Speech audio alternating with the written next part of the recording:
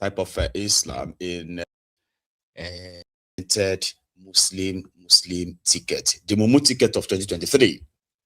Now you are about to go for the second run of that, and the guys who propagated that division at the time based on their own sort of like political sentiments using religion. One of them is Yahya Jingiri. Is the same guy who told you that Tinubu is not responsible for the subsidy removal, and then is also not responsible for the cost of living crisis in Nigeria. Rather, some Igbos were behind it. It was the same guy. He's so used to making that kind of like an incendiary statement, so to say, and he gets away with them all the time. I have seen a video that some others in defense have referencing. It is what Dakomo, that's is a prophet, Reverend Dakomo, the man that is always there calling on the US and international communities to come to the aid of the Christians in Nigeria. So it was at a burial site where he made the speech of why the Christians at this point should firm up and ensure that they defeat the Muslim tickets. So they said that's what Jingiri was responding to. But hey, it is not just somebody saying Christian versus Muslim. It is the words like calling people near or something, calling them infidel, filthy, disgusting, never to be seen as a human being the moment you are not a Muslim. And according to him, they will need to use the 2027 election this time to show to the Christians in Nigeria that the Muslims are more. Mind you, everybody is actually going through the shege that APC, Egbekegbe, has been unleashing on Nigeria and Nigerians in the last 11 years, or 11 and a half years. Nobody is really spared. But characters like this knows what they are doing. So he was specifically invited, probably like intentionally invited, to the point that when he started reeling out this, this hateful sort of like speeches, right? There were 3 governors on seats. Yeah, the host governor, the Kano State governor, they were all saying, laughing. It was like, I'll tell you, I'm going to play you the clip, right? But here, in words, what is believed to have been said by Jingiri, said, I urge you to prepare your votes. Let us show the world that the infidels, that's the unbelievers, are lying, that they outnumbered us. Show the infidels their limit. Nigeria is a Muslim country, and if you don't want to accept a Muslim ticket, you should leave Nigeria because it belongs to us. If not, because of the Muslim ticket, the Christians in Nigeria will think they are more than us. This is why we must make sure the Muslim ticket continues to succeed so that our dominance will remain sustained. That's Yahya Jingiri Bello Yahya Jingiri. If you don't understand Hausa, okay, that's what he's saying in this clip. Ahmad Bola Tinubu wanda ya daga tutar siyasarsu ya mata kirari da Muslim na ce ina ɗaya daga cikin masu daga tutar musulunci in kira jama'a ku taho mu yi Muslim na sani cewa kafirai na jin zafin wannan kalma. To amma ba akwai kiristoci ba akwai yahudawa ba akwai masu bautar magiro ba. Ni musulmi mai wazin musulunci da na ce muslim mai na taba nasu. Na hana kirishin ya faɗa ne, na hana magiro ya faɗa ne, na hana ɗan tantar batete ya faɗa ne. Amma ni a matsayi na musulmi muslim sha'a man sha'a au aba amma wani zai ce ai to demokradiya ne, ai akwai suwa ne ba sa sallah ba, ai kai ne wakilinsu. To mu muna sallah, muna azumi, kuma demokradiyyar kun ce majority carry the vote. Jama'a gauro da gauruwa, tuzuru da tuzuruwa, Allah ya ba ku abokan zaman tare na aure. Za su iya haɗa wannan taron? Taron ɗin nan ina kiran ku dan Allah kowa je gyara ƙuri'a.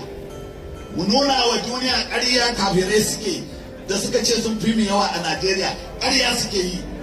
Ba dan Allah ya taimake mu na ce Muslim ba, mai rabon jini sai ya ce sun fi mu yawa. Da aka buga, Allah ya taimake mu muka kwantara su da ƙasa, su zo na biyu ma ba su zo ba. Ko sun zo? Sai na uku bayan murɗiya su duka. Da haka ƙuri'a ta musulunci ce. Jama'ar musulmi ta kufa. To kar wani ya ruɗe ku. Masu miyagun tarihi. Da haka siddan suka zo suka jefa mana bom a masallacin sarki a Kano. Wai su 'yan tatsi ne, wai su kiristoci, 'yan basaji. To ku da Allah. Amma mu irin wannan gwamnatin muke so da za ta ɗau ginshiƙin kafa gidan iyali mai tsafta, ta zo ta kashe kuɗin Kano don mu musulmin Kano su ga miji da mata da 'ya'ya musulunci. Ina yaba musu, kuna ta musulunta a Amerika, mayo mana ni yanzu musulmi ne, Allah ta rike shi. Mun ci ƙasashe daban-daban da yawa da wannan ƙuri'a. Idan ka zauna aka jefa ƙuri'a ta musulmi ka koma, to Allah ya nuna wa duniya kai, to kai na tsayawa kuma garin da zo. Saboda haka a je a gyara ƙuri'a. Allah ya taimaki mai girma gwamna na jihar Kano. Allah ya taimaki mai girma gwamnan jihar Sokoto. Nuisance leleyi. Nuisance leleyi. So characters like that, there are many in the middle belt part of Nigeria and even mostly in northern part of Nigeria. They are political affairs, so to say. Okay, they are those that would use that same religion, all right, to continue to sort of like hold their people down in that sense, all right. So they work with the political class, and surprisingly, they are very influential. I mean, you may listen to them and laugh. You may listen to them and just brush it aside, right? But they are the regular people they use in inciting. So they turn blind eyes to all the wrongs going on. You know, the communities being destroyed, people being displaced, lives being lost, and all of that stuff, right? No, they will ignore all of that. And they will continue to tell you that the reason why it is even still manageable, or the reason why it hasn't gotten so bad or so worse than whatever it is you are experiencing right now, is because Allah or God, okay, is with this set of people because of their religion. And that is something that they strongly believe in northern part of Nigeria, those who believe them, right? And those who also milk that for their own political kind of control, using religion as a political tool. It works well with the APC. Unfortunately, there is no different or separate economy or separate Nigeria for those who strongly believe that incompetency is not a problem as long as the person shares religion with them. Crazy, Abi. They said he was responding to this man who made similar statements at the burial site of the Christian genocide victims in northern Nigeria. Muslim ticket. We should be careful. We should be very careful. 2027. That is when the whole Christian has spoken I've spoken in Abuja the day before yesterday with all traditional rulers of the northern state. The Christian, in which our traditional ruler, we boycotted from Sultan because the Choktif is the leader of our Christian traditional rulers in the north. So we know what is happening. We should pray for that. But when it comes to state, God will show us what to do. But in the federal, we are going to display that we are the majority in census in Nigeria. So this is what is going to happen. Do you know why this killing is taking place? Because they have endorsed Muslim Christian to rule over Nigeria by all crooks. And we are supporting it. God will punish us if we forsake it. God will punish us. I'm telling you, we are going to see her. Kuna gani yawan da sun goye bayan Muslim ticket. Mark my word, bana magana fadi a banza. Za zo yi porautan su a kakkashe su a gidaje.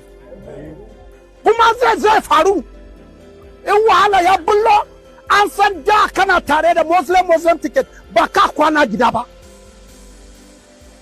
Because abin da ake jira tun da an tabbatar to za mu ci kaniyanmu.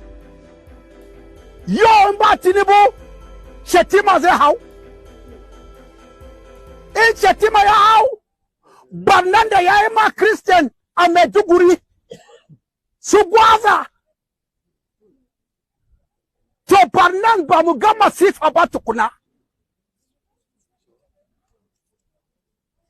Kabiri Sokoto an samu a gidansa. Muslim ticket.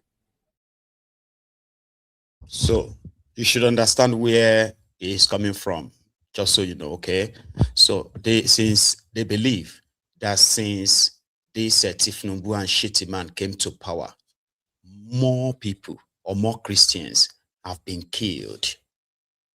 And to them, the Muslim ticket brought that upon them because the supposed effort of the federal government to curb this terrorism was defeated the moment those who occupied power and those who wants to subdue them, right, fear the same religion, Islam. But in reality, what you're actually dealing with is not Muslim or Christian or you are dealing with institutionalized corruption.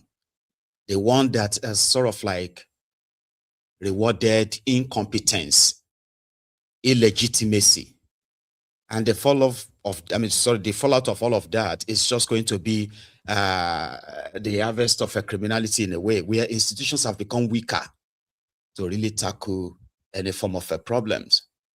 It's not because it's Muslim or it's Christian and all that. But hey, that is going into your 2027 elections. They've started already. But there are those who have condemned what Jingir actually said. I mean, he's describing your fellow Nigerians as infidels, unbelievers, filthy, subhumans, and all that. So therefore, if you have to kill them, you shouldn't have any sort of blame or worry yourself about that. Yeah, that is them pushing it towards your 2027 charade. Like I told you, he was invited to come and bless the wedding that cost Kano State government or the Kano State taxpayers 1 point. We gather here to facilitate and rejoice with the 1,500 couples who have been united in marriage under our administration Nobel Aurangata program, popularly known as Auranzorawa. But we call it Aurangata because not every one of you is Bazawara. I extend my heartfelt congratulations to all the brides and the grooms, as well as their parents, guardians, and the entire family. Your Excellencies, distinguished ladies and gentlemen, let me remind us that the Aurangata program was one of the key promises that we made during our campaign across all the Politico local government areas of Kano State in the build-up to the 2023 general elections. Alhamdulillah, to the glory of Allah subhanahu wa ta'ala, today we have continued to fulfill that promise. Before this wedding ceremony, all prospective couples underwent a comprehensive screening process. This included medical examinations to ascertain their health status, marriage counseling by qualified professionals, and participation in workshops and seminars designed by the Kano State Hizbah Board to prepare them for the responsibilities of married life. Our administration has committed over 1,500 billion naira to ensure the successful implementation of this program and to provide comprehensive support to the newly married couples. This expenditure, I must say, covered the medical screening of all the brides and grooms to safeguard their health and that of their future children. 2, the payment of 100,000 as dowry, in addition to another 100,000 as capital grant to serve as seed capital for starting a business and promoting self-reliance. Also, the provision of household furniture and essential items, including beds, mattresses, and other necessities, to enable the couples begin their married lives comfortably, as well as the provision of food items and other essential commodities to cushion the hardship they may encounter during early days of their marriage, as enumerated by Malam Aminu. Right. Who did this thing to us? Okay. May God forgive all of us. Right, right. Who did? Did you hear that? So they are marrying off unemployed people. All right, they're marrying them off with a 100,000 naira seed to start a business or do something. Because to APC, right, 100,000 naira, that's a lot of money. There are people who started their life less than that, you know. There are people who started with nothing. Today, they have made it. That is the APC, Egbekebese logic. People who have no jobs, okay? So they'll give 200,000 naira, 100,000 naira for their dowry, and the 100,000 naira as a seed that the couple can use. They will still give them food, though. They'll give them. That's what they are setting them up with. And it's the state government's project. They've been doing it for a while. So that's where they brought that Jingir that spewed that nonsense earlier. And of course, it's triggered reactions. One of those who have reacted is that Prophet Buba is also from the Middle Belt part of Nigeria. Responding to Jingir. I'm coming to every Nigerian with a very serious, heavy heart. Because I thought that at this stage of our lives, especially when we're getting older, we should begin to think about Nigeria and how we can all live together in peace. As of today, I have supported over 10,000 Muslims across northern Nigeria. They have no relationship with me at all. Whether it is the school of their children, whether it is their housekeeping, it is home issues and all of that. But look at this bastard that called himself a religious leader. These are the kind of people that I suppose that government should pick. But I can see the governor of Kano State. This is how insane all of you are in northern Nigeria, some of you. This is the way you think. People that are brainless. Somebody is standing there in your meeting shouting Muslim, calling Christians infidels. And I'm going to go take this If Christians should do this, who is going to have a country? Northern Nigeria, Muslims with the highest. You talk about the highest capital poverty of the world. Are you not ashamed? Are you not ashamed that banditry is here in the north? Criminality is here in the north. It is here in the north you have the highest level of drug addicts that you are supposed to be, if you are sane, to begin to preach the message that will help to bring people out of bondage and out of their captivity. You are there making stupid statement and inciting against Christians and calling them, look at them, infidels, if they think they have voting power. Woe to any Christian that is going to align themselves with these evil, brainless people and creatures. And I'm speaking to my Muslim brothers who are saying, you cannot be allowing this kind of creatures. Doesn't deserve it. Look at it. I'm going to play the video. If a governor is sitting under such kind of evil hate speech and he's praising this wicked evil man called Jingir, whatever your name is, your cup is full. It will not be well with you. And God's word cannot be broken. It shall not be well with the wicked. Nigeria belongs to all of us. Do come in Arewani, but I'm tolerate in where Namutaneba. Mutumin da bashi da kai yadda muke sufa ya kamata muna tunani ka tashi kana kiran kristoci kafirai su gani yanzu kafiran su gani muslim ina suke kaza nonsense. Kana magana cewa kana samun musulmai ne kawai suke aure daya. Kristoci ga suna da mata guda uku guda hudu, suna da yara, amma wa'ai ne masu wahala yanzu a cikin muslim ticket din ba musulman bane yawanci in arewa.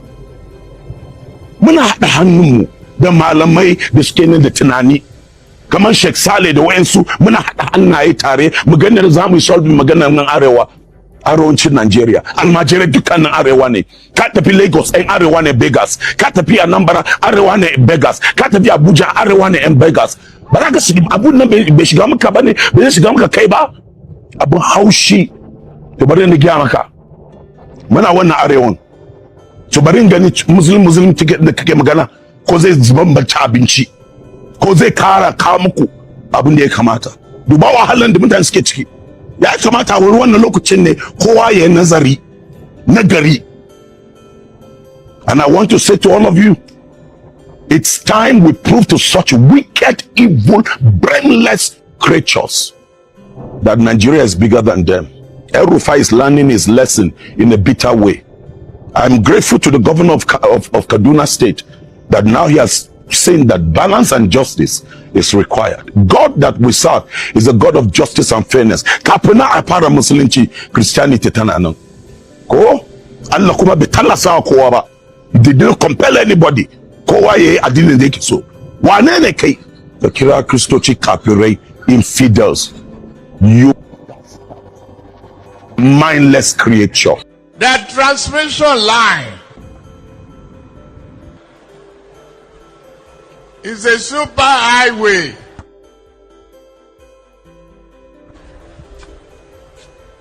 for generated electricity and power. They could not even make a down payment for a roasted corn.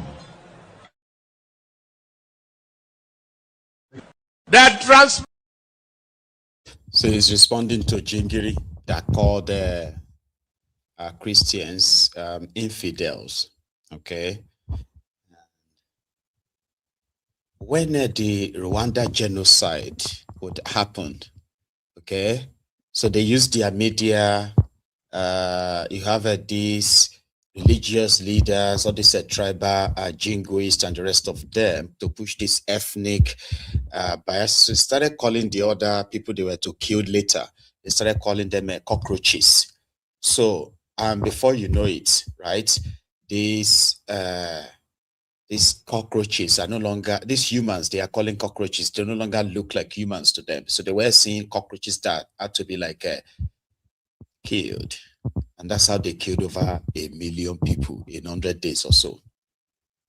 In Nigeria, we have seen people who have made statements that ordinarily could have possibly produced Rwanda times 10 in Nigeria. But most of the time, you just realize that the people have become so divided, no doubt, because it's part of what they are using, okay? And then you discover that those who are in the authority, they approve most of these messages. They approve most of these rhetorics. In some cases, they even sponsor them. Yeah, they sponsor them. You see people, you see all these fake accounts on social media that are representing different ethnic, religious, tribal, whatever kind of groups, right? And then they'll begin to push this tribal hate, ethnic hate, and others, right? They'll begin to push them against any of the targeted ethnic in order to keep people like that divided. That's how much the criminals in Nigeria or the criminal politicians are many who are also Muslims that do not agree with this kind of thoughts. In fact, it irritates them that people could become a willing tool in the hand of politicians by using religion in politics. Why you prayer, this and that, who are victims of a failed government, failed country, but yet you would rather redirect them back to the same rogues who have messed up with their lives simply because they trust you. You are their religious and spiritual leaders. So yeah, you have those who feel irritated, Muslims, who do not approve of this. One of them is this guy, and he's also another one, by the way.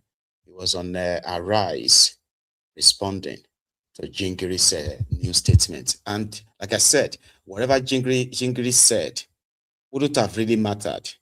But when you see those three governors sat there like laughing, giggling and all that, and forgot completely that they are talking about Nigerians, not some filthy subhumans.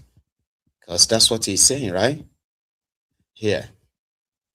But Yusuf, let me come to you. When a Nigerian cleric, what does that do to the idea of a common Nigerian identity? First of all, he poo-poos it. For a better phrase, I'm a Muslim, and I say clearly, no to religious extremism, no to vitriol to religious extremism, no to vitriol, bitter narrative by leaders, especially religious leaders. And I'll say this emphatically, Sheikh Yahya Jingir's statement belongs to him and his belly and his pocket, because this is not what we expect from political leaders, even of political cycle. This statement is demagoguery. It reeks of religious bigotry. And a leader of that stature, by age, by his stand in society, and the length of time he has been an Islamic credit, he should know that just a word from him can sink this country. So to that extent, it is completely unacceptable.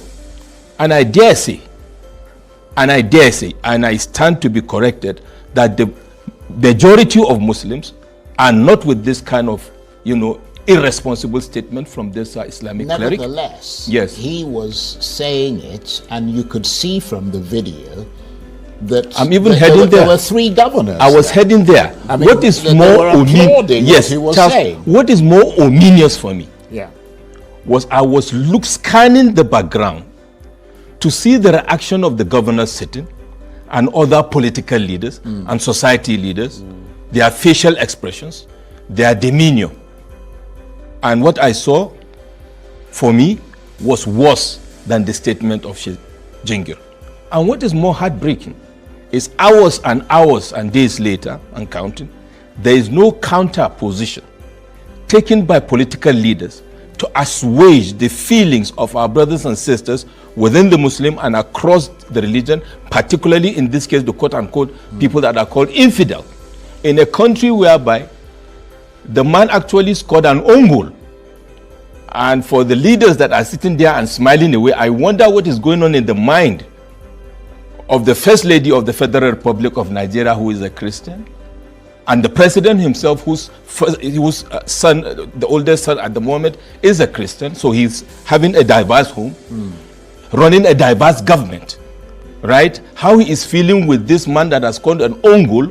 Why? Because he is trying to oversell a Muslim ticket. Right. And that for me is the issue, because if we really want a united Nigeria, we should go beyond it. Even the politics should be. I didn't know that the politics is so rotten till I saw this position, because I expected a position to be taken to counter this and assuage first and show. But Yusuf, let me come to you. When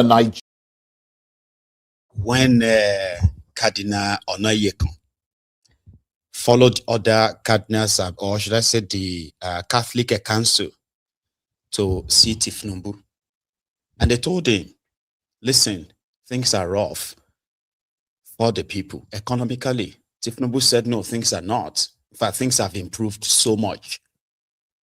They told him about what they believed behind the door interference in the opposition parties to keep them in disarray, using the court and all that. And they said that what they requested is to give a, playing field, like let everybody have a, free playing field in the elections and let the people choose who they want. So in that speech, Tinubu replied and told them that I'm not going to roll out a red carpet for my enemies. He called them enemies. And whatever you guys think I should do to make them participate competitively, right? I'm not going to do it. And I'm also not responsible for their problems anyway. So that was his answer. Okay. So when they left, in fact, he actually told them that all is fear in politics. Yeah, all is fear in politics and war. So meaning he's going to do anything to win his second term, whatever it takes. So the opposition quickly triggers Tinubu's people's reaction, and automatically they turn it into a religious thinking. Those ones didn't even go there to say, oh, Catholics are suffering, Christians are suffering. Okay, no. Oh, the political parties are Christian parties, so you should, nothing like that. Just like neutral way to go and tell you what they feel like is the pulse of the country. Everybody went to town. Everywhere. They were sent by Peter Obi. They were working for. They were against Muslim ticket. They blah. But listen to that one. He said their preferred candidate is Tinubu. A Muslim ticket must be sustained, and they have to prove it to the Christians in Nigeria that they are more. To what advantage is that? I was having a chat with a friend on this particular subject yesterday. Okay, that's how I'm very kind of like happy that that person who spoke in the video I shared earlier said something about the guy scoring an own goal, right? So an own goal is when you know that the wife of your president is Christian, she's a pastor, and then she's an infidel, a filthy, subhuman, human, whatever, you know what I mean? Like that same description. So, and then you want a husband to continue to be to represent you because at least you are the majority. But in the long run, you are practically like promoting the majority in all the calamities that has befallen Nigeria, brought upon Nigeria by the APC, from the insecurity to the economic downturn, to the out-of-school children, to the issue of the displaced people who are running into their millions. You get what I mean? Like millions of them. So is pretty much scoring what you can call Unguabi. So, but it's pretty much about their stomach as well. Whatever they can get for now from those criminals who continue to use, they know the value they placed on these guys, right? So, and there are those who actually believe them. Yeah, there are those who believe them. So now there is a pure silence from the same Tinubu's gang, because this one is for them.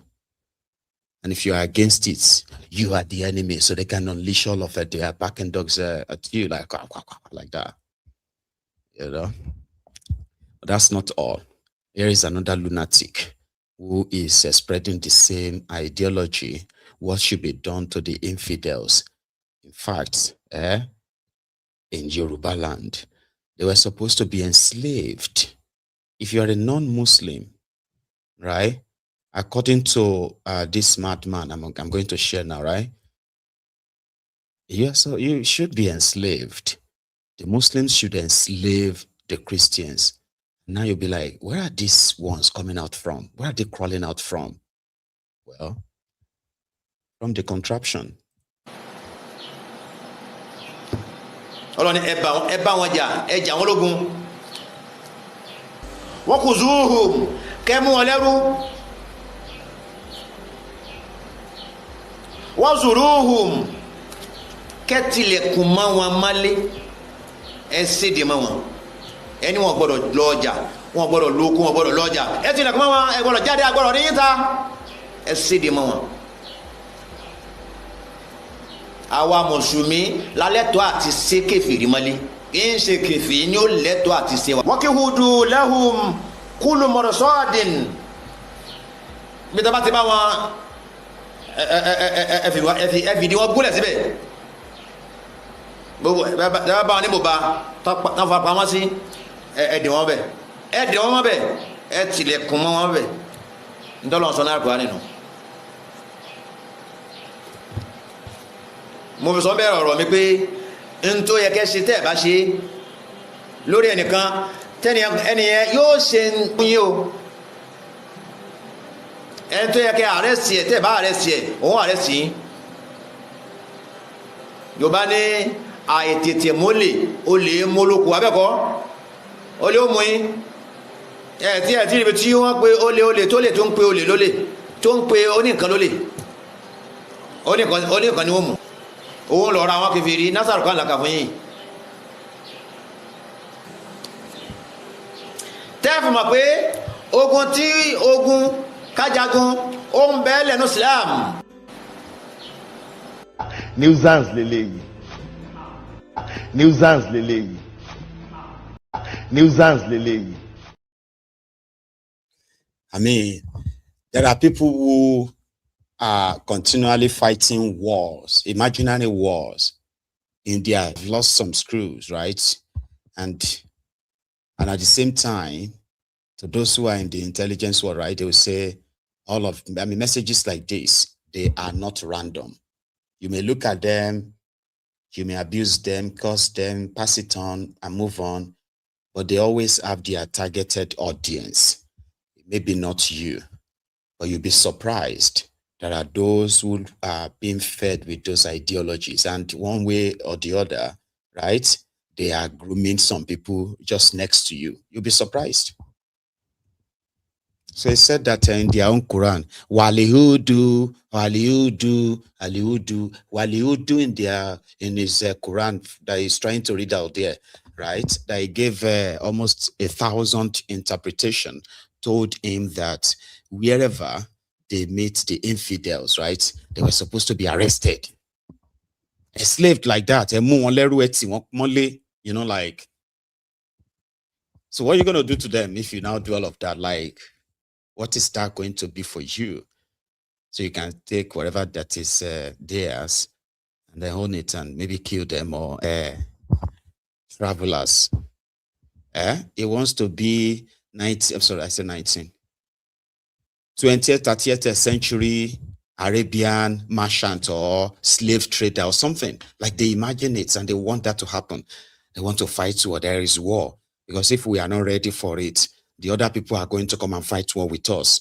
Like there are those with that mindset inside Nigeria. And it is not coincidence, right?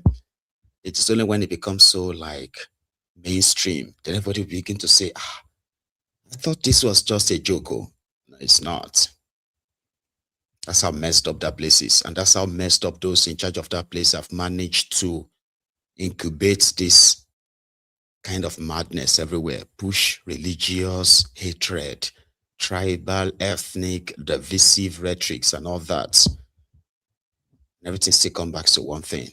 A disorganized country will never have what it takes to elect responsible leadership, ever. See? So people who are complaining that things are tough, in fact, cursing Kolu and his appointees of having the best lives, driving convoy, latest cars of convoy and all that, right? And yet people have been told to tighten their belt and continue to wait for the result of the reform. Which reform? That's the question. So the guy who is now in charge of the tax collection, revenue collection, for Nigeria, NRS, his name is Zach Adedeji from, I think he's from Ondo State. He's a former commissioner there. So it was with Sheikh Okimbaloye. Sheikh can be sometimes ridiculous. It is a way of questioning and all that. But this guy, I would say he's a professional, but he is not, okay? So he was asked, and his own answer was that people who are calling out a call and those around him living extravagantly and all that, they are just haters. Because, yes, except for when Tinubu wants to go to the airport, doesn't even drive all these expensive cars that all of you are complaining about, this convoy, doesn't even drive them. He walks to work every day. And to let you know, the man eats once a day, once a day. So I don't even know how that is relevant in any of this. But the point they are making is not hard. If you think it is tough for you, Tinubu is enjoying. No, you're wrong. Even Tinubu is struggling too. Just so you know, doesn't drive, it works. Doesn't eat so much, eats just once. So whatever you are feeling is feeling it. He'll keep telling you to keep waiting. I can't explain the interview. I'll play with you. I don't know if you have heard it though, right? So here, the first one, Zach, what's his name again? Zach Adedeji. Large and in luxury. The president, the convoy, wife of the president, the kind of expenses that go into running government, cost of governance summarily. And there are those who say there's a lot of poverty. Cost of governance, the president promised. The cost of governance agenda seems to have been cut short. No. And let me explain. There's nothing. No, let me explain. And that is mismatch that people used to say and talk about. Tell me, Mr. President goes from home to office on foot, not even driving. I don't know, except he's going to the airport, so I don't know where you see the convoy. No, just take it for granted. So before he become president, what is he riding? So is it because he's now president? So how much is escalating? I'm asking. No, I'm just government money. I'm just. You might leave. But once Nigerians are paying for it, we cannot pay for what we cannot afford. Excuse me. How much is escalate that the president of Nigeria cannot afford? No, please don't embarrass this country. I just show you. No, excuse me, Mr. Sheikh. Yeah. So how much is escalate? No, tell me how much is escalate that the president of Nigeria, even the new aircraft. What is the new? So it should have gone on earpiece, or what? No, I'm asking you. President of Kenya flies. I honestly, I don't know. Do you now have Nigeria Airways? So I'm asking you. So honestly, when we are having so you're saying that this government is not living large? To where? How? And this is the question I ask. How? What do you call living large? In the last 3 months, he has not even left this shore of this country, walking, trekking from work to. If you go there now, you will see him reviewing one document or the other. So what is living like? He eats once in a day. How many parties have you seen him in the last 3 years? Tell me where you've seen him, whether on the holiday or anywhere. So what is living like? And remember, this is former governor. This is former treasurer of Mobu. This is an accomplished an accountant and investor. So this now is now president. What is escalating? When we talk about cutting cost of governance, we're not talking just about one man. We're talking about what goes on across the line. The ministers, the heads of agencies. Let me put it in real economics for you also, and that is what people don't really understand. Because when you say, cost of this or cost of that, don't forget that government, the government is both debit and credit. So if government needs to print and it does not print, don't you know the printer has lost the revenue? So government, when people say austerity, don't forget that it is a cycle. So if we need to use a conference center, you don't use the conference center, you don't know that the owner of conference center has lost the money, and it is when they make money that I can tax them. So the real economy is both debit and credit. So when people, and that is what I used to just judge them, whether they really understand what they are talking about or not. When someone will tell you, I carry my bag, I do it, so what does that mean? Local contractors, Dr. Adedeji, when would they be paid? No, I know the Minister of Finance is working on them, and they are being paid. When last did you hear any from them? Those who are being owed less than 100 million mark, they plan their payment. But those who are owed higher, and there's still a lot of them. No, honestly, like I said, that is funding mechanism within Ministry of Finance, and I know they have structure and they are getting that done, and it's part of activities of the government. Give us an idea of the management of resources, because what we hear a lot of the times is that monies have gone into the state, the local government. Yes. But people, that is where the... So, how much is the escalate that the president of Nigeria cannot afford? Just don't embarrass this country, man.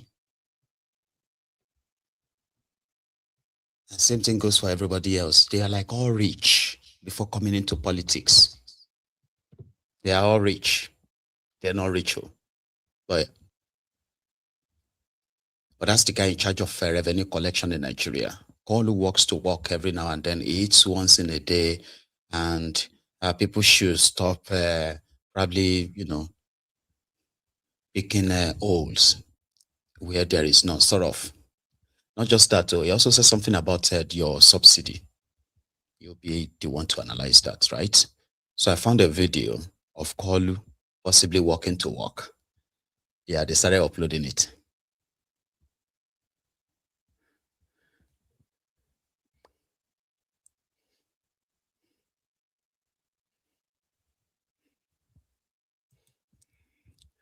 So they want you to know that he barely even uses all these cars. You know what I mean? He walks to work. So if you are walking to work, right, just know that even Kolu had to trek on foot to work. Then what happened to the subsidy money? His answer is basically like, well, it's as basic as others who have told you that, yeah, the subsidy money, if you ask them too much, they will tell you the money was not saved anywhere. It was supposed to be borrowed. According to them, if Tinubu did not remove a subsidy, it would have cost Nigeria 53 trillion naira. Once they dropped that figure, because they wanted you to know that it is so bad.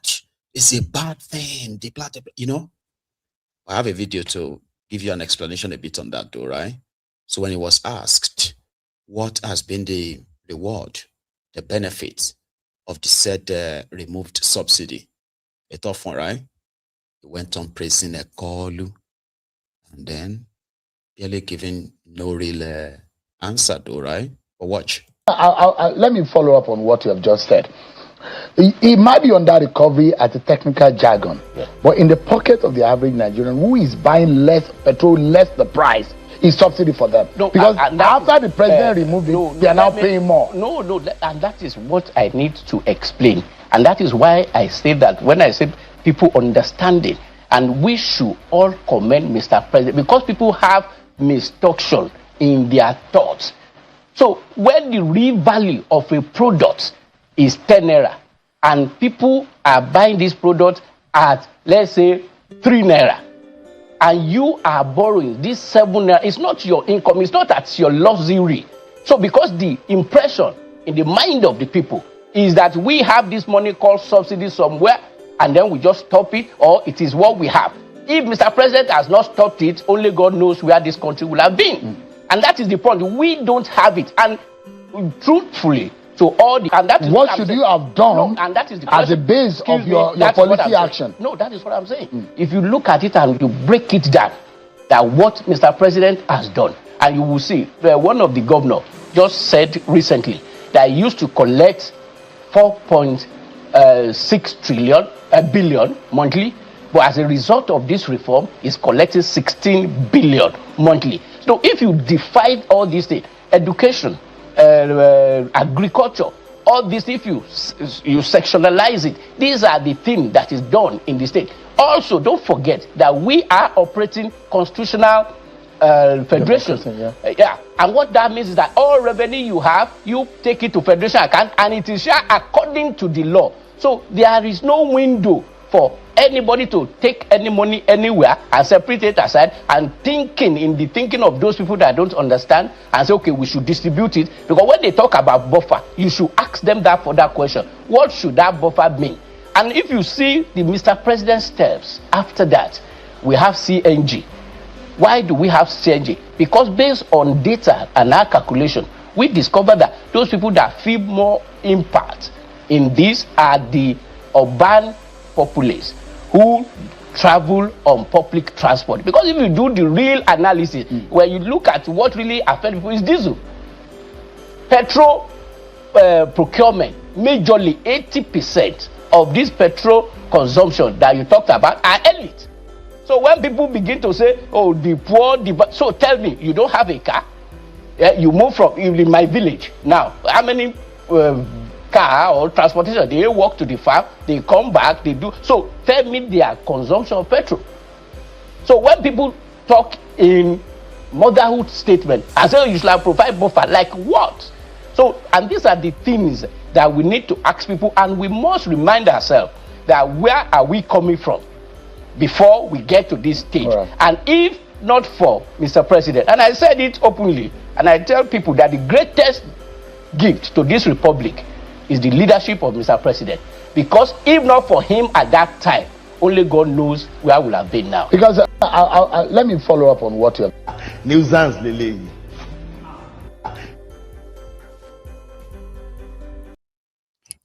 So according to according to this guy, yeah, only those who live in the urban areas are affected based on their own data. He said they did data collection and they realized that those who live in the urban areas who usually have to travel, buy petrols and enter buses and all that, are those that are mostly affected by the subsidy removal. So Tinubu therefore introduced CNG buses. When last did you see any of the CNG buses anywhere? A question for those of you who usually commute. When last did you see any of those buses? How about the, what do you call those things? The conversion stations that they promised that they were going to build, so that a lot of you can go and convert your cars, your vans, your buses to CNG from petrol. And how much is the kg of that same gas for that your CNG? Anyway, to them, those who are living in the rural areas barely drives, so they don't need. But those are the economists too, advising Kolu, the accountant from Mobile. Okay, forgetting the fact that the food that those who are, or provisions that those who live in the rural areas, including food, will also need to be, they would need to be transported, won't they? But their statistics didn't show them that. Okay, and that as long as they have not actually really produced any real or have any improvement in their electricity production, right? So the rural areas can die slow death. There are no real development there. There are no real people there that this should affect.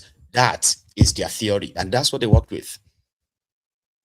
And to him, they have done so well, except for those who won't appreciate them. So I found a video where someone decided to explain some certain things to you. You know, when they say to you, sometimes they will say, when you are paying 145 naira per liter of petroleum, and Nigeria was spending between 600 billion and 800 billion naira annually on subsidy, okay?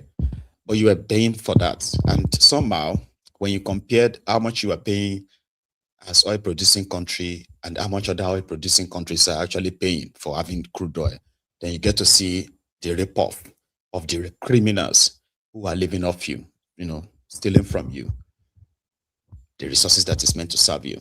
Okay, so you kind of see it that way, right? But that's not the argument they love to push. The narrative is that, hey, even though you are paying 1,000 200 naira per liter or 1,000 300 naira per liter, do you know that you are still paying a cheaper oil than, you're still paying cheap for a petroleum product, right? Than the countries like a USA, countries like a UK, and they compare them like that, right?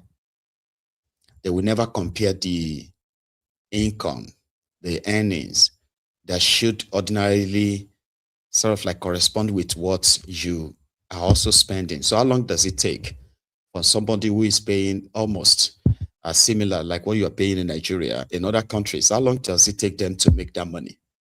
Someone did a very good, very detailed analysis on that.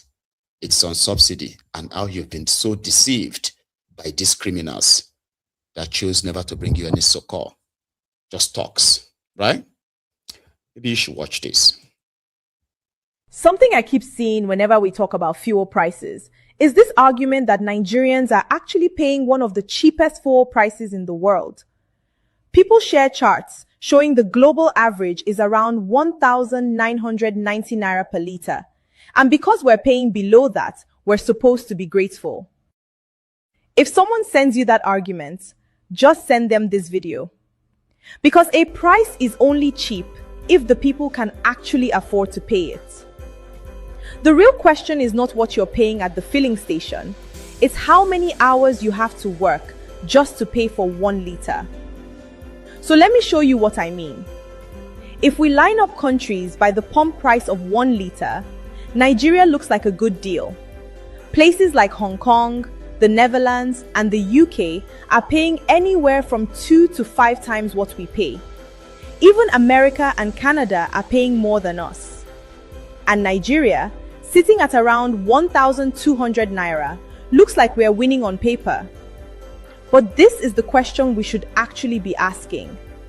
How long does a worker have to work just to afford 1 liter based on minimum wage in each country? An American worker clocks in, gets settled at their desk, he earned enough for a liter of fuel. That's just 6 minutes of work. Canada, 8 minutes. The UK, 9 minutes. Even Hong Kong, the most expensive city on this list, 20 minutes. Now Nigeria. Our minimum wage is 70,000 naira a month.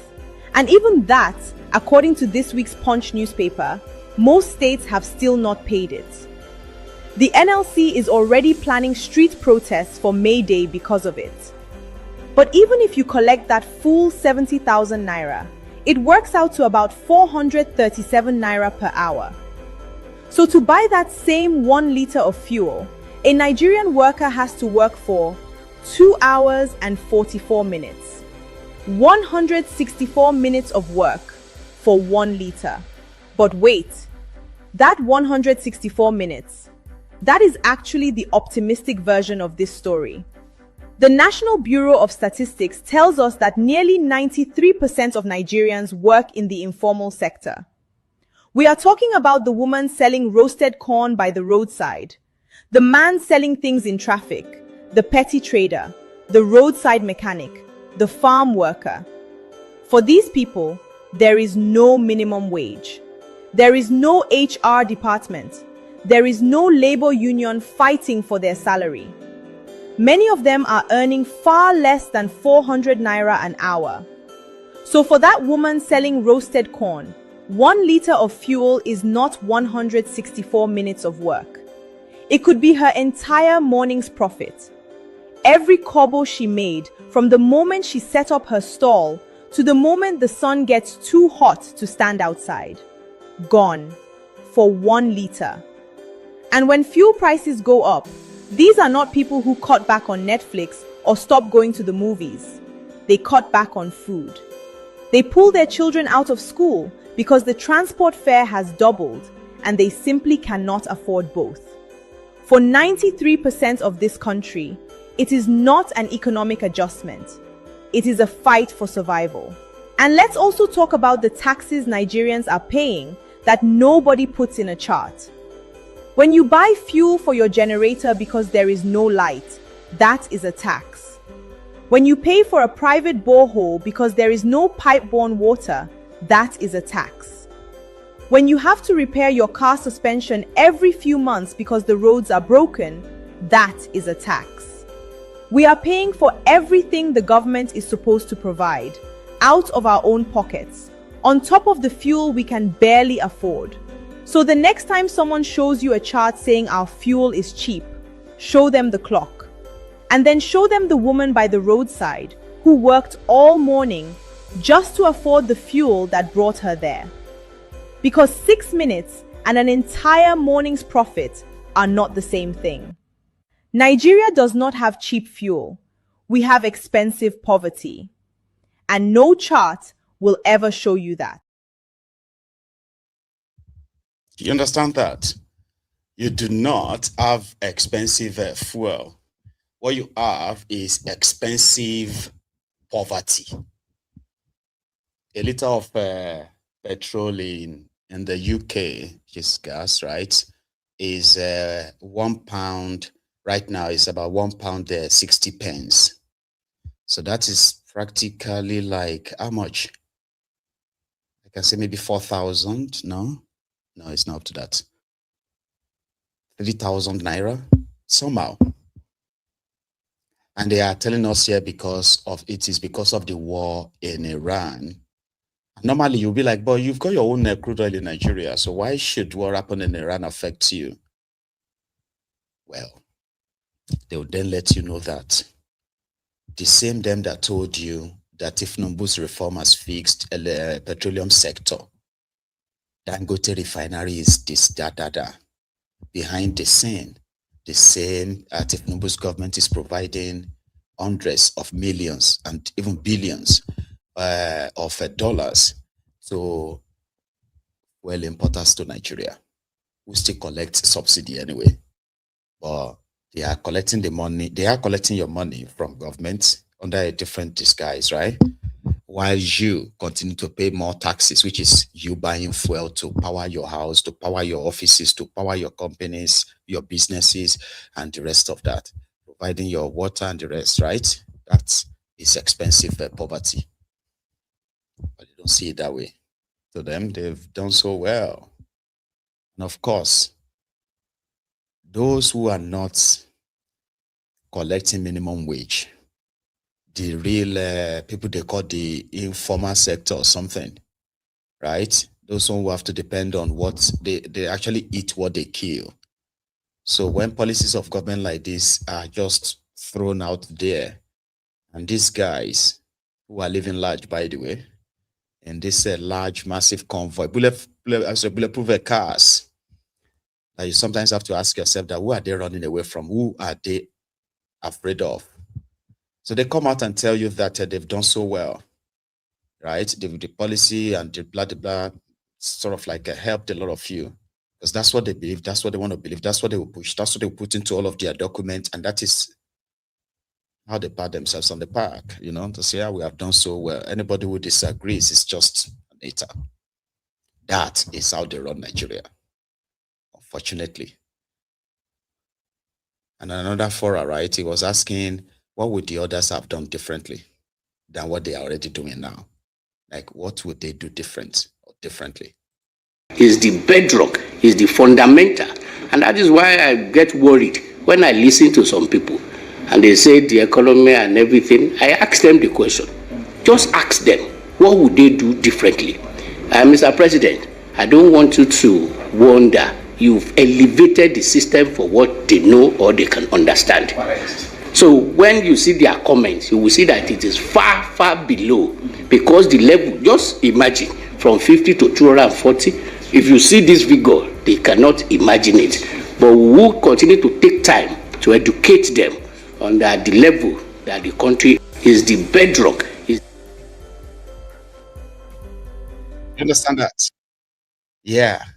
Tinubu's economic policies and reforms is beyond the level that majority of you Nigerians can understand. Hello.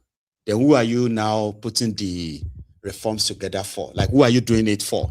If majority of them cannot understand what you are doing, because it is above them, it is higher than them. Yeah, those are the guys who advise Ekolu. He's a genius. Mr. President, you are such a genius. And that reminds me, by the way, a very quick one. This is like an SOS, okay?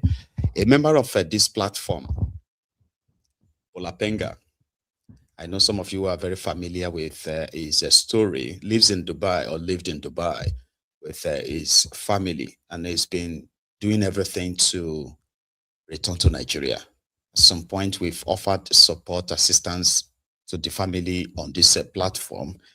So he called, no, not called, he actually sent me a message last week. Yeah, last weekend, where he told me that they reached out to the Nigerian embassy in UAE, in Dubai, because they had the option of a voluntary, is it called voluntary withdrawal or something, whereby they will voluntarily have to go back to Nigeria. So there is a process around that. So they'll get the support they need and they will be returned back to Nigeria. Rather, he said the Nigerian Nigerian embassy in UAE decided to call the UAE police on them, and then they called the immigration on them. And from that moment, they were deported back to Nigeria. They were not allowed to pick or take anything that's theirs because they gave themselves up that they wanted to go back. The process that usually was supposed to be supported by the Nigerian embassy there, but unfortunately that didn't happen. So right now they have been dropped in Nigeria, and he would really love our support. For those of you who might want to reach out, I can provide a number, so to say, right? For those who might want to reach out, you can reach out to me, and then you can possibly reach out to him as well to support him directly. And those who might want to support him via the platform should do so too. Okay, so that reminds me that. Okay, and there is another one. Meanwhile, it is about the platform itself, right? So those of you who might want to reach out and support Maiyegun as well, please use the PayPal link only. Okay, leave others for now. Now let's go to Osun State. The drama, the threats, the whole killings going on in Osun, most of it seem to be like underreported, if you ask me. Yeah, because apart from the threats, abuses, and all that, there are so much going on. We've had people killed on both sides, though, and it is between the APC, Egbekegbe, and the ruling party there, Accord. You know the story. So as some are busy, as they are all busy trying to buy people's votes by buying their voters cards, okay, giving them food or giving them money, behind the scene, right, there are others who are doing everything to keep the violence going. And they are actually already making an open threat to themselves. APC, Egbekegbe, have been caught on 2 occasions now, on 2 different occasions now, okay, sending the threat of kill them. Another one, if you are not going to vote for APC, do not come out on that day. So you have the police IG in the state right now. You have the different contingent of security have been sent as well to Elisha, to Oshogbo, and all these places. They are going to have their governorship elections in about 4 days. I mean, 3 days by now, okay? And the APC is hell-bent on capturing the states. So I am going to take you to Osun, show you a few of the happenings in the last 48 hours, put it that way. One of them is the accusation and allegation rather against the APC Egbekegbe of using the police to arrest those who are the Accord party's chieftains, that they have been arresting them on spurious charges. There is one incident where one of the Accord chief's house was invaded by the security guys while they were preparing to go out for campaign, right? So the police arrived and stopped everyone because they needed to search everywhere. They got an intel that they were harmed. So they were looking for guns and what have you. Oshun.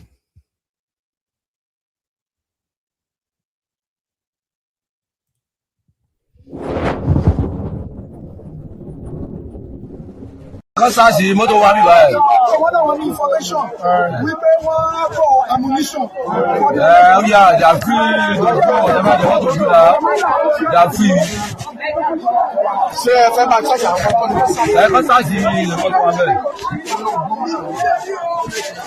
Ṣé wọn náà fẹ́ sáàsì mọ́tò? Mọ̀mọ́ kọ́sáàsì mọ́tò wa bíbá ẹ̀.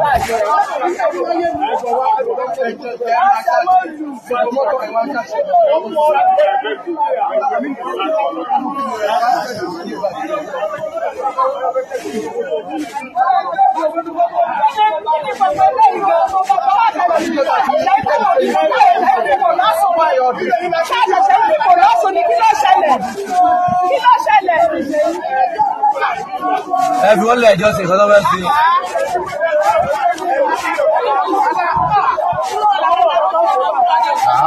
Yóò ọ̀dẹ̀ náà yẹn ti dìbò ni.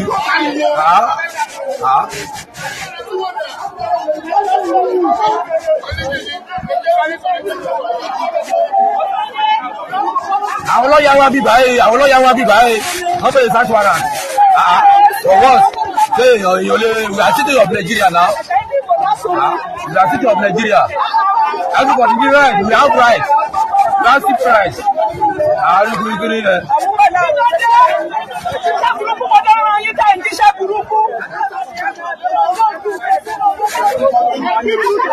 Nítorí ẹ̀jọ́ the law, yá dán lọ́yà dà. The law.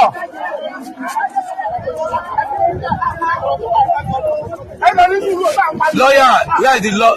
The law. Go to another one. Hey, Ojibo, it's coming. Mama.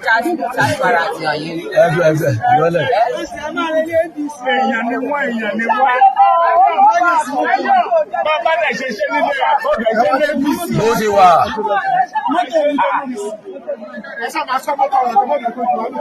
Irọ́ ibi tá a wà.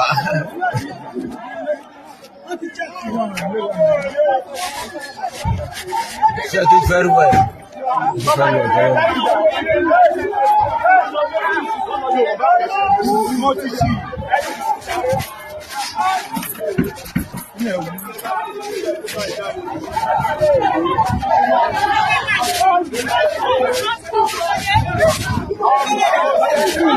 Ló ṣẹlẹ̀.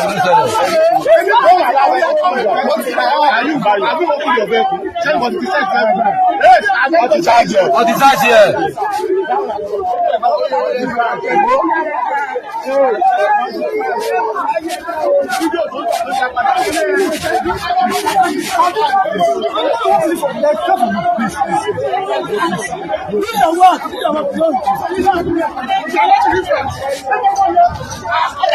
Ẹjọ́ ṣiṣẹ́ wọn, bàbá ṣiṣẹ́ wọn láti lè. Ẹjọ́ ṣiṣẹ́ wọn.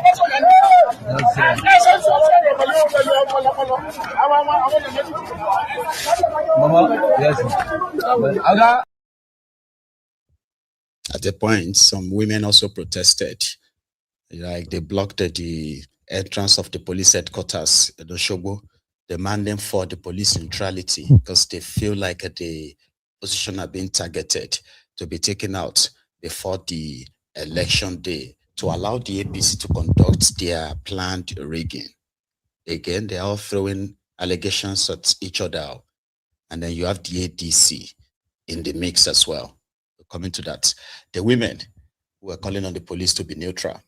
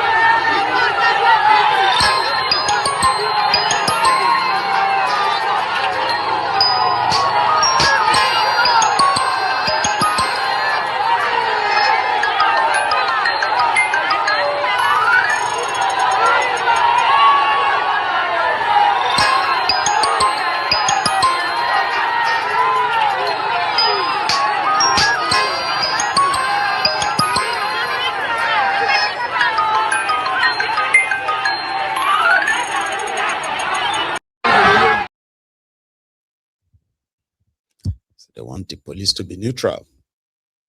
But they can't be neutral if we want to be honest. So they're there on a mission to serve the highest bidder.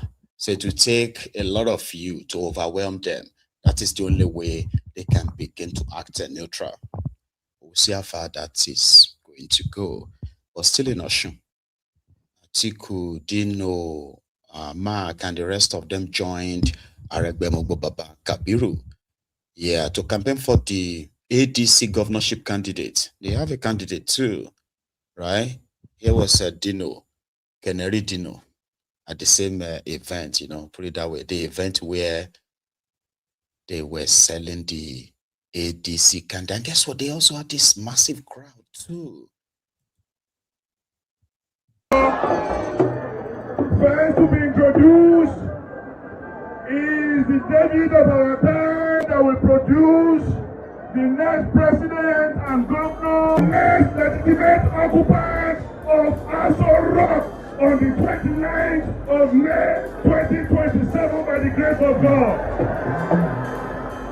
The intellectually mobile thinking machine and restorer of the economy of Nigeria, Alhaji Atiku Abubakar.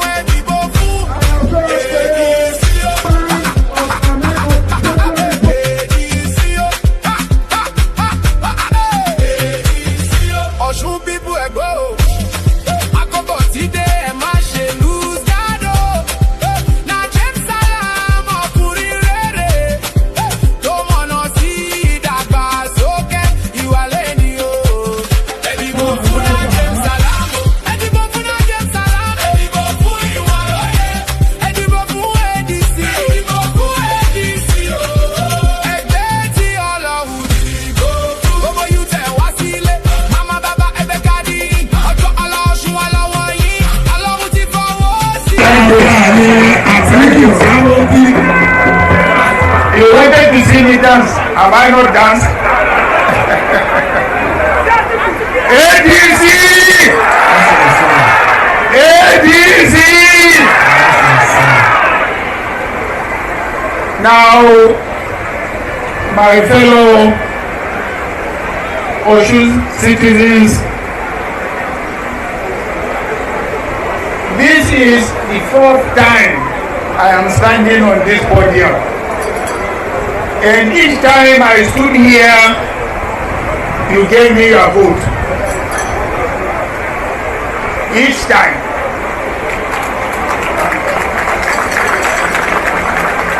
I cannot forget that. The reason why I cannot forget that, because your daughter is in my house.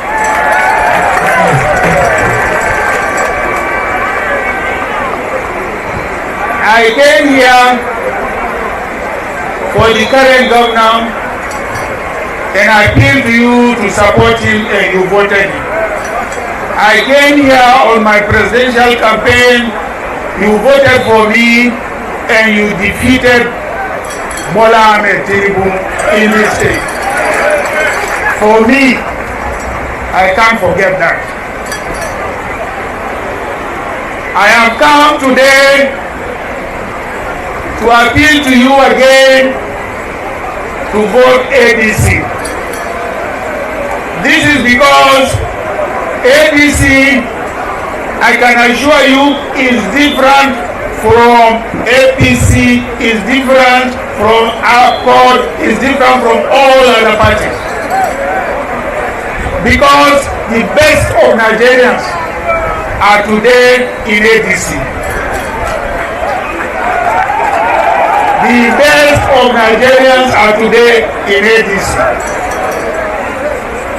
So I have come and I am appealing to you, the next governorship election, you should vote for ADC. I believe you will not regret voting APC in the forthcoming elections. That's why I have come personally to relate with you, to thank you for your previous support, and to appeal to you to vote APC in the next gubernatorial elections. I thank you very much for your turnout, which is quite impressive, and that has given us optimism that the next elections we are going to win. You are going to win. You are going to win. You are going to win. You are going to win. ABC! God bless you all.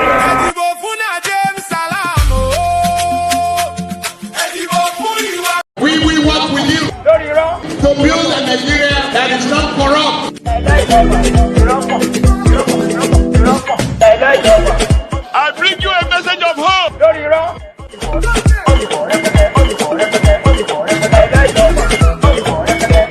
We are going to spend a lot of resources on education. We will work with you to build. There's something about Nigerian politicians that I sometimes don't get. They always have this heart of AIDS, like retinue of AIDS, who are just all following them. You know what I mean? Like they have something they are doing for them. For example, right? Providing information about an event. You want to go to Osun State and you want to talk about what ADC will do differently. Right? So you probably should have maybe 2, 3, 4, 5 points that you can speak directly to the audience, but they are not always like that. So they will talk about your children, we'll make sure your children go to school. We will make sure that the blah, blah, but they are not really communicating, so to say. But to that of Atiku, right, is there to say thank you to Osun people and to repeat the same thing they gave him by voting for him several times. When it comes to the governorship election, as well as at the 2027, Abi. Now it's getting, like I said, it's already become like a hotter and hotter as the time rolls by to the day of their election. Okay, so those APC Egbekegbe themselves they are determined. For those who live in Osun, what the APC are telling the other people in Osun who are not APC is that there's nothing they can do. This election is between the federal and Adeleke. So more or less like it's beyond, don't think because so maybe if you think they were weak, APC is weak in Osun and therefore they don't have it, you know, they are bragging, telling everybody who care to know that whatever they do in this election, they are going to get away with it. Yeah, that's the belief. Here is one of them speaking at one of their gatherings or their campaigns, right? He's a senator representing a place in Osun at the National Assembly, reminding them that they have lost people, they have killed your people, right? So we have killed your people from now on. Anywhere you see them, kill them. In Yoruba, just in case if you don't understand the Yoruba. Tí a bá tún gbúrò akọ́ọ̀dù kankan nílé Zambia.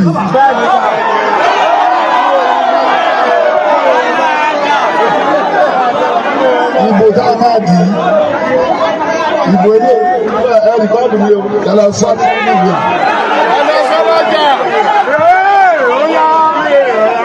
Ìgbà tá a sọ, a ní fìlà burúkú dáńdé, fìlà yẹ́lò fìlà jẹ́ńdìsì, fìlà ẹranko, ẹranko ló ń pààyàn. Bẹ́ẹ̀ni. Èló ló ti rí tí APC pa.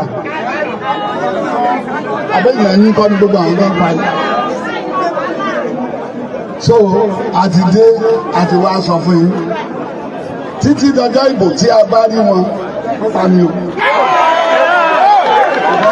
Àwọn ìlú náà wò.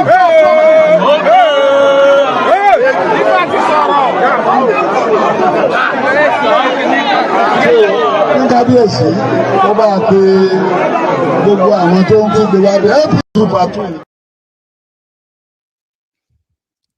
And that man. And somehow I kind of like have a little bit of respect for him because of some of the bills. Is it bills? Not just bills, like his contribution at the National Assembly when it comes to this issue of insecurity, right? But that's in there, telling them that how many people has APC killed? All those people they killed, are they not your people? So we are back now. Until the day of election, everywhere you see them, kill them. That's what is said in Yoruba there. Ordinarily by now, he should possibly be under arrest. And in that Elisha, they have a convoy of security officials, I would say security men, that arrived at the town yesterday, I believe. Look at them. These are the guys who are sent to the area where a senator just said, everywhere you see are caught people wearing yellow cap, kill them.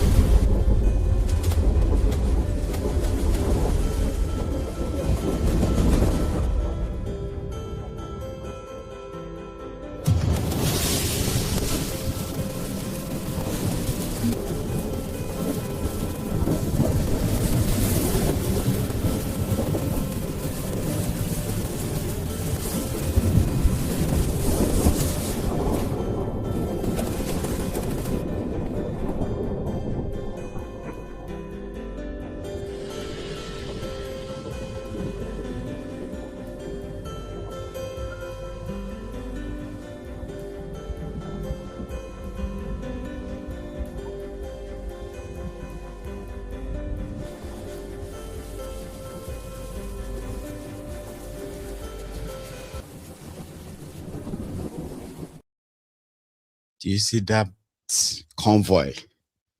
Yeah, you will think we are all going there to ensure that all the election criminals, right, would never be found. So to say, like they would not be bold enough to come out and perpetrate election criminality, rigging, intimidation, and other violence. Abi, in fact, you are probably going to see some of them captured on camera, helping people to snatch ballot boxes. It's crazy, like. And they have that number of security men deployed to assure election, like they normally do anyway, right? So you have maybe 14,000, 10,000 deployed to a state that an election that is still going to be rigged. The police IG is there too. But before that, here is a member of Nigeria's House of Representatives telling everyone who cares to listen in Osun State on the election day, if you are not voting for APC, don't come out at all. Sounds familiar? Yeah, it is. It is their modus operandi. If you are not voting for APC, don't come out that day.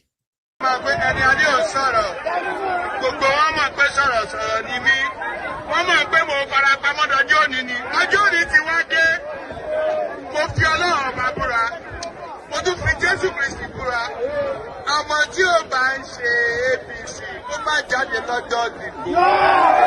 Ẹ̀bẹ̀ ni mo bí bẹ̀ wọ́n. Ìwé tó bá sọ pé òní gbọ́rọ̀ sí wọlé nípa àti sọ fún yí o. Gbogbo unity odò ọ̀tún pátá APC lónìí. Ẹ bá aṣọ gbẹ́gbẹ́dùn mi ò ní tẹ́ ìmú ẹ o. Ọmọ kékeré ní sí mi. Ẹgbẹ́ ni mo jẹ́. Bàbá ni mo jẹ́, ó ní ẹ̀mọ̀ fúnra lára ẹ̀. Ẹgbẹ́ mi sáré síkà ẹgbẹ́ mi kò sọ. Ó máa gbọ́ rẹ̀ pé bàbá ẹ̀ ni mo jẹ́. Mo dẹ̀ ti dé báyìí. Bàbá sọ̀mọ́ la fi máa ṣe. Ibi tí bàbá bẹ́ẹ̀ni ti wà ọmọ ò lè sọ̀rọ̀ ńbẹ́. Èmi ni mò ń sọ fún yín. Ẹ̀dájú ò lè jáde dìbò. APC! APC!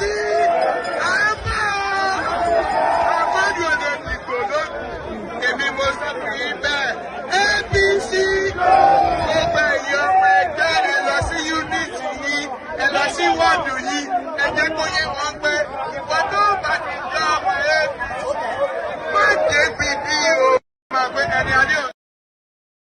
Yeah, making that kind of open threat is criminal, but he's an APC member.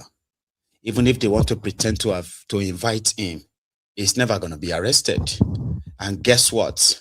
They will still go ahead and carry out what they intend to do to those who failed to yield their warning.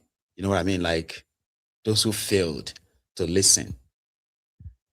And then you see that captured on camera. Where is their police IG? Here. They know their job to do. Henceforth, I want them to do this election fair and fair. God bless you. Election will come and go. I'm happy I met mothers in the KBC's palace and I sent message to them. Warn your children. Everybody warn your children not to be used during election. Warn our money come and do one election. But you know me do. And that is why she told me, okay, let me talk to you. Let me find out what problem you have. But placard there call you, Magba, Makulo Fabuja.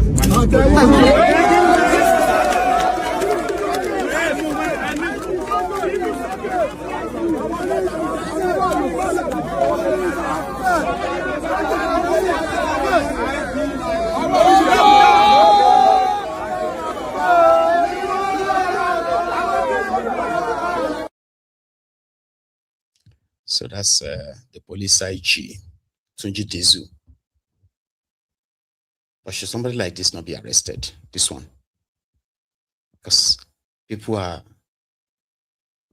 kind of like, what do you call that thing again? Exchanging. Yeah, I wanted to say substituting, but no, they were exchanging their voters' cards for 2 sachets of rice. And it should be criminal. Shouldn't it?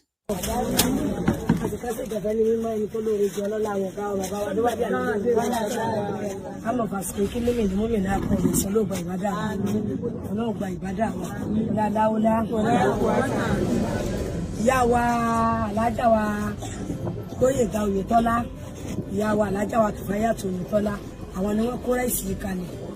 Olóṣèlú wọ́n láìkì kìíní kan inú wọn dáa. Ní tí tẹ̀fẹ̀ jẹ́yàn máa gbádùn àwọn olóṣèlú tó ṣe pé nǹkan kékeré wọ́n fi jẹ́yàn wò ṣe dáadáa. Tó bá ṣe dáadáa nǹkan ńlá náà ń bọ̀ tí wọ́n tún fi jẹ́yàn wò mọ́ jàǹbá wọn. Àwọn tí wọ́n di tí àwọn ògbórúkọ wọn mọ́ tó ṣe pé láti ọdún mọ́dún ni wọ́n ti ń ṣòṣèlú bọ̀. Etí ò jẹ́ wọn gbúrò wọn mọ́ nú ayé ni pé wọ́n dọwọ́ rú. Bí àbá ti ń dọwọ́ rú kò dáa. Bí àbá ti fi nǹkan rán yàn síyà kọ́dà tó fi tọwọ́ ara rẹ̀ kù. Sọ ayé wa kò dáa. Àwọn wọn ní kí n fún yín ní ráìsì. Ẹyọ kọ̀ọ̀kan wọn ní kí n fún yín. Àwọn náà ń rí mi báyìí. Àwọn méjì méjì ní ìsìn ní ẹgbàá ó yẹ máa bọ́ mi lọ́kọ̀. Kálí yín rẹ̀ lọ́kọ̀. Ẹ má pàrọ̀ èèlà ìwónú. Èèlà ìwónú. Ẹ má gbà èèlà ìwónú. Sẹ́ni wà láàyè bọ̀ tàbí obìnrin tó gbádù yìí. Ìjọ sọ̀rọ̀ ìfẹ́ sọ̀rọ̀.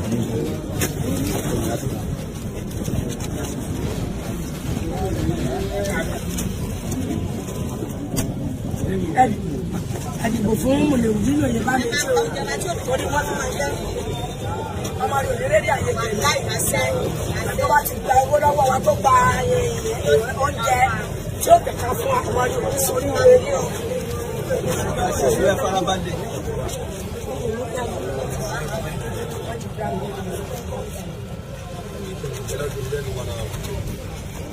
Lóde ẹ̀rọ sí ọ̀gbọ́n láìkì rẹ̀. Àwọn alásàlá tí wọ́n ti bàjẹ́ jù ọmọ àjọ òṣèlú òmìnira ẹsẹ̀ àpẹẹrẹ kọ́ fún wọn. Láìkì rẹ̀ wọ́n mọ̀ sí nígbà tó ṣe wípé ní wọ́n jẹ́ láti yọ wọ́n ti lè lu àyè. Lẹ́yìn pé ní mo pé nǹkan mo ti ẹ̀ pé nǹkan wọn ò wá kárí rí.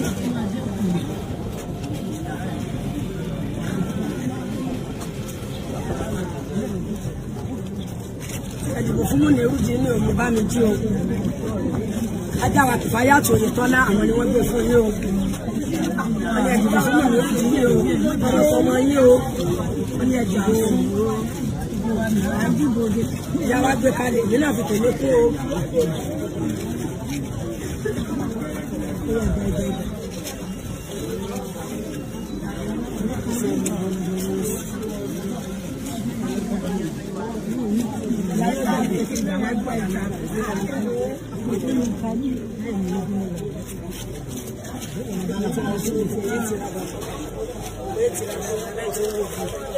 Bàbá ẹ̀kú kí ni ọwọ́ yẹn wà?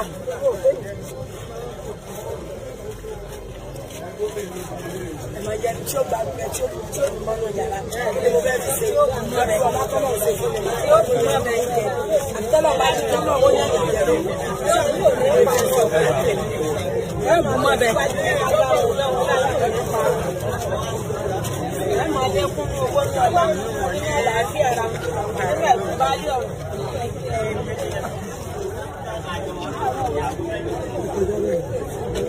Ẹ̀dùn olùyìn tẹ́lẹ̀ ká gba méjì. Láti bàtẹ́rì omi tún ṣe náà kò kàkùkà náà.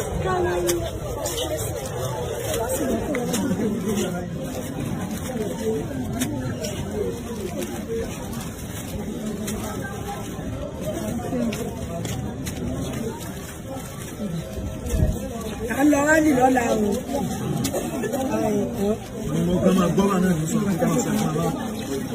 À ń lọ rálì lọ́la o. Nílé sílé nílé sílé. Nílé sílé o. Wọ́n ti débi látago méje.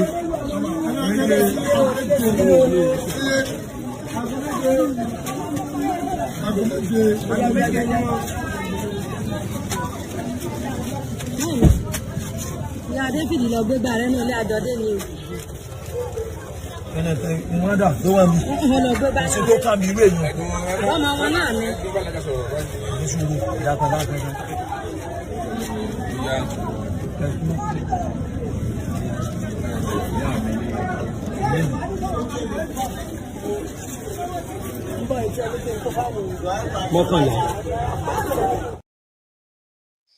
It will take a very long time, right?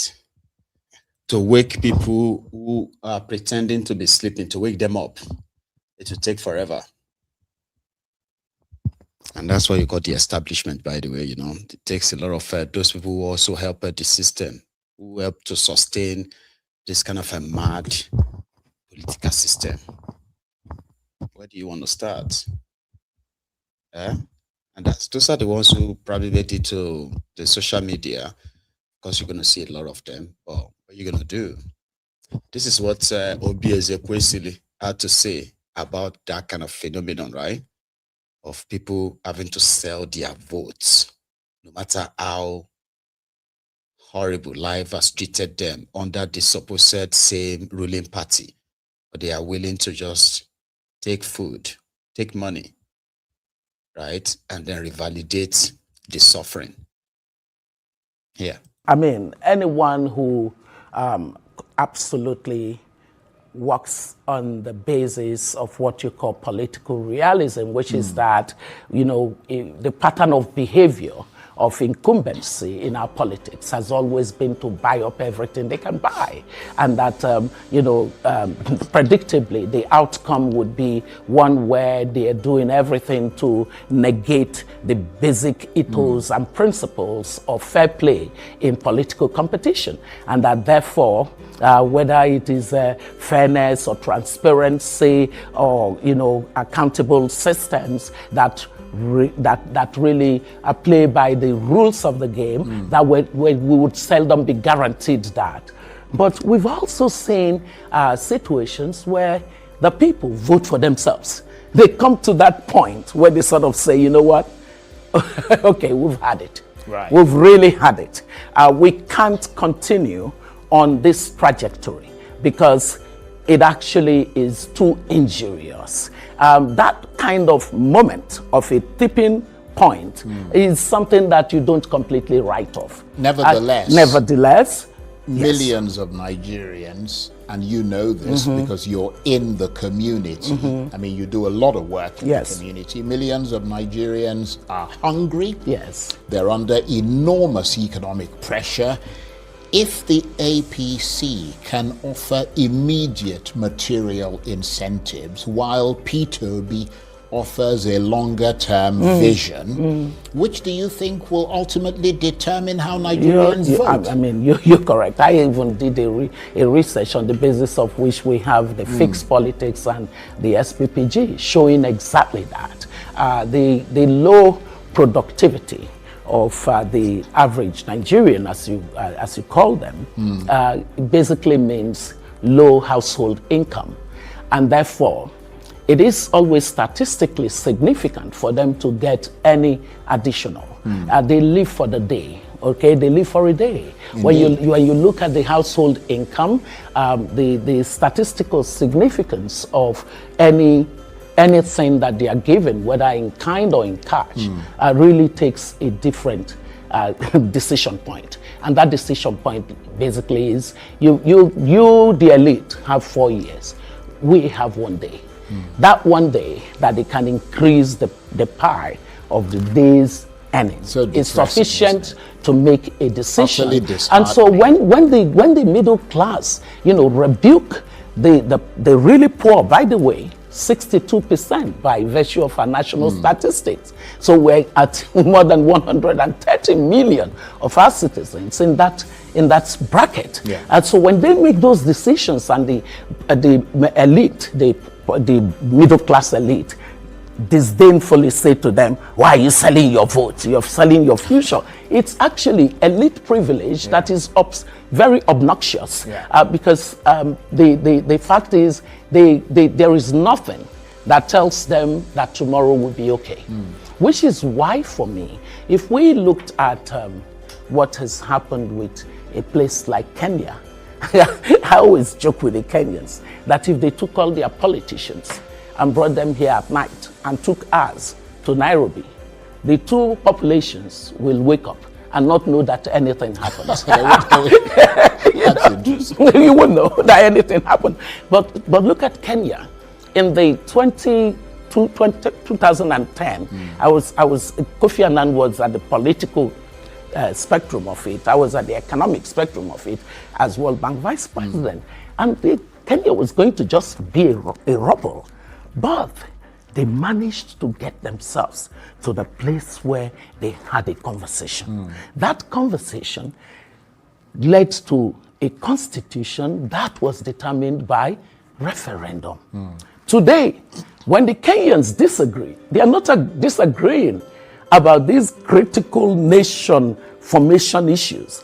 What they are doing is they are disagreeing about, okay, you're not governing us well, and we need to get rid of you.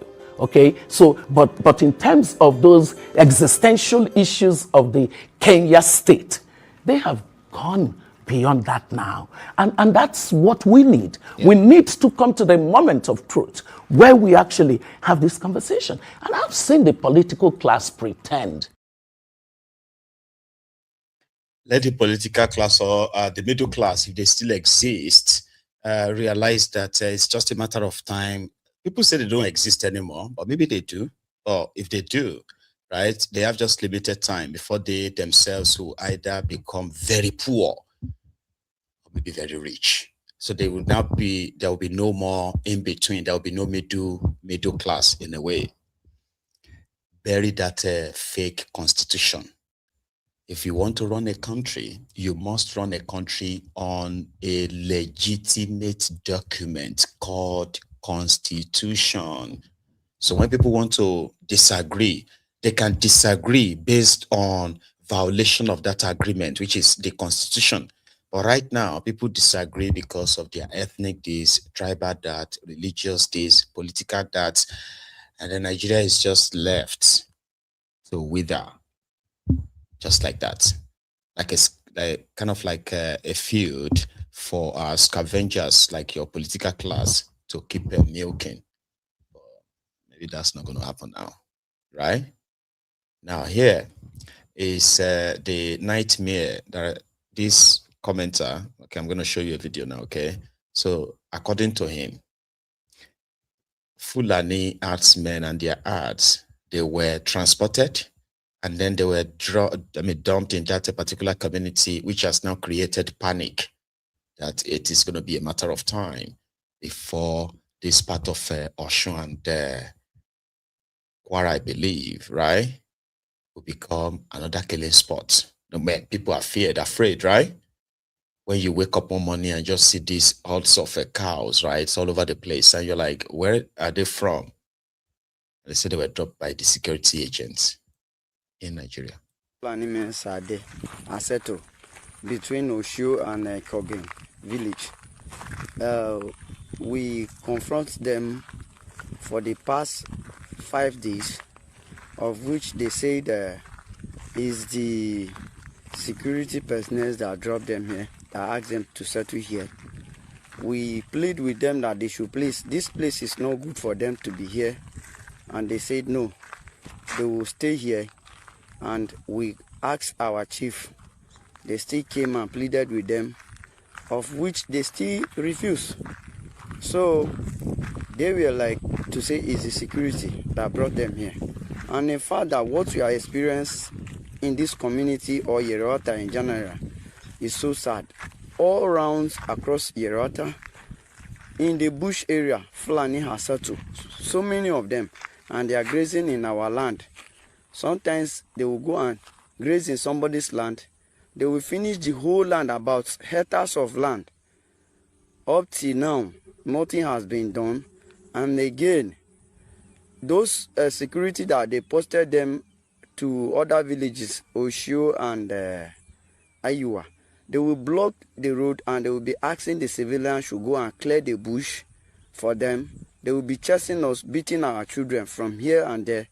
And again, the bridge that we have constructed, the local one, they are passing through it. So, in fact, we lack words to do, or how can I say, I don't know, because we are very, very angry with this kind of situation. If we look at it very well, that is a Fulani guy that is going there. They are here more than a week. They are here more than a week. So, when we started saying, they said we don't have anything to do them. It's the security that asks them. So the question I want to ask, our houses Our villages, nobody is there, but they are bringing Fulani to come and settle in our villages. Is that the right thing to do? At least a visitor will leave a house before the owner of the house. He will leave. The owner of the house will be in his house before a visitor will come. But at this situation, it is not like this here, in this place. If we look at in Tekogen, nobody is living in Tekogen. In Osho, nobody is living. But look at where the Fulani came and settled. So, and again, the security personnel, if you confront them, they will not even tell you anything that is good. The last other time, or if I can remember, they raped a lady. They were asking why the lady went to that place, that they raped her. So this is the video that they have came and settled here.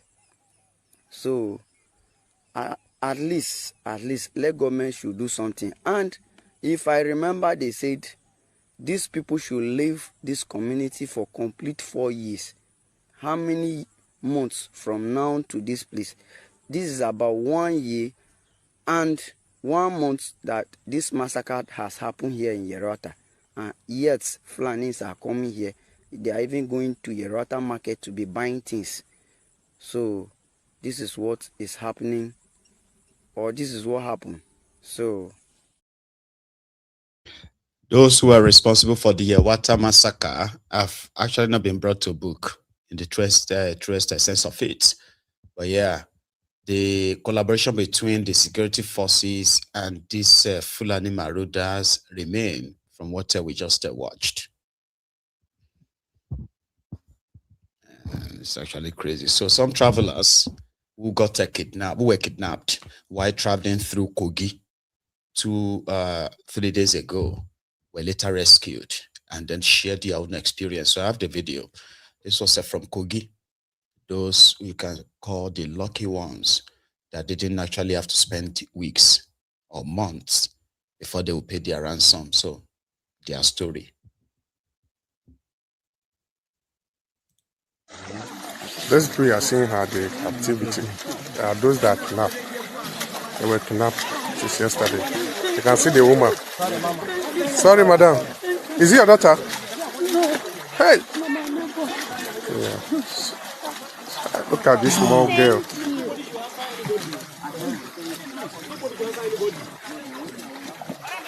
Where will they go? No. Okay. These people should know me. Okay, Just go up there small.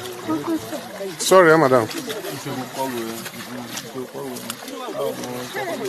Sorry. Thank you. Good evening. Thank God for the life.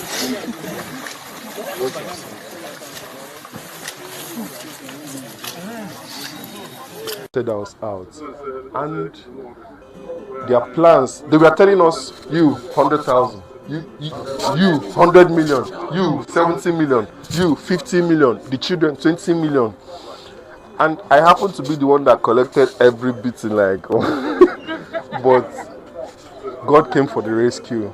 God came. So their plan today was that they were telling us to be calling our people. I told them that I called my people. They said they will raise 500,000 or more. That was when those guys beat my life, like. But all the same, that glory belongs to God.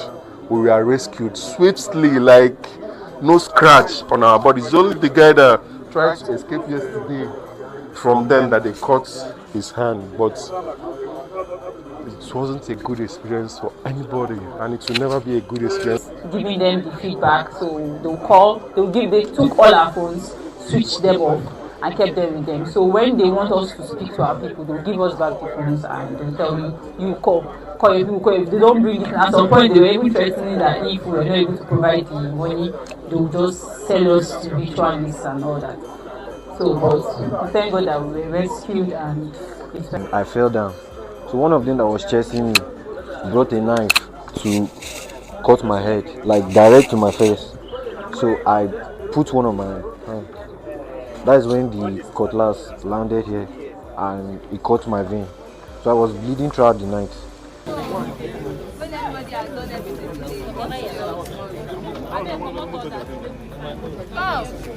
can do short clips. Like big one.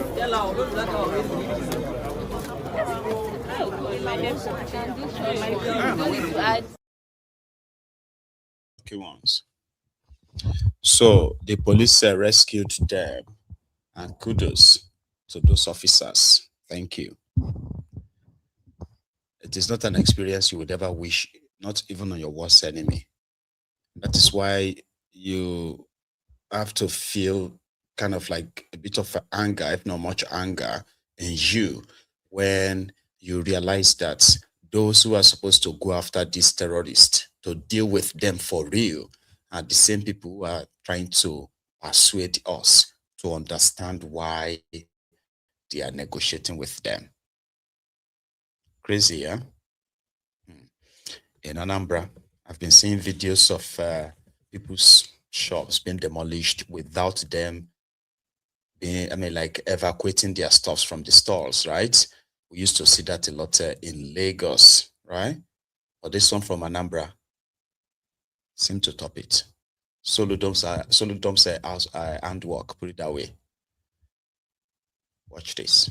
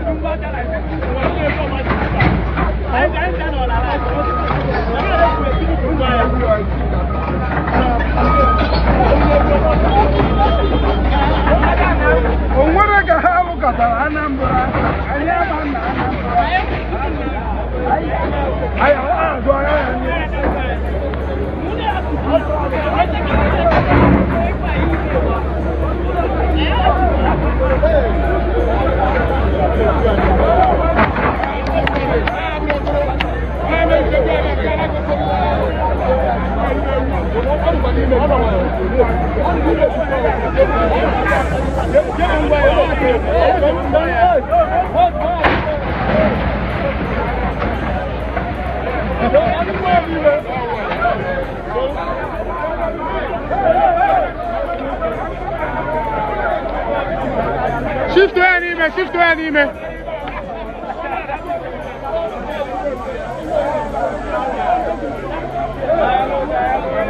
Push wire, push wire, the wire anime. Oh yeah, I'm going here. I here.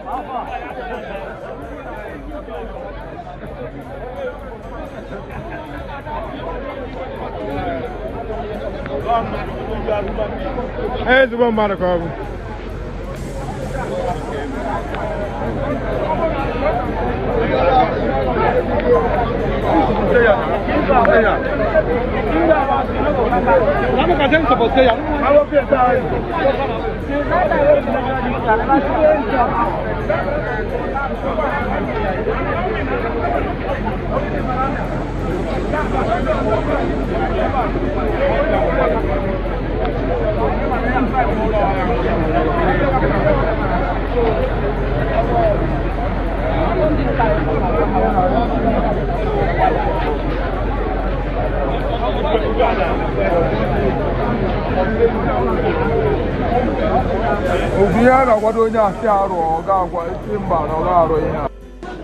I don't like it on the main market. The nego de soludo mereba.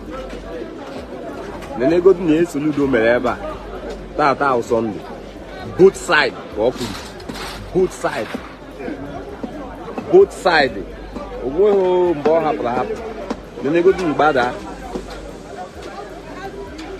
Both side go okupia. Nene and the caterpillar jam cannot use building. Obia kweba on Thursday at Isu. Nene che sorry me na obe ka Dubai. Ngwa neze ne ebe imin. Obata ode aka nka akure ezuburo.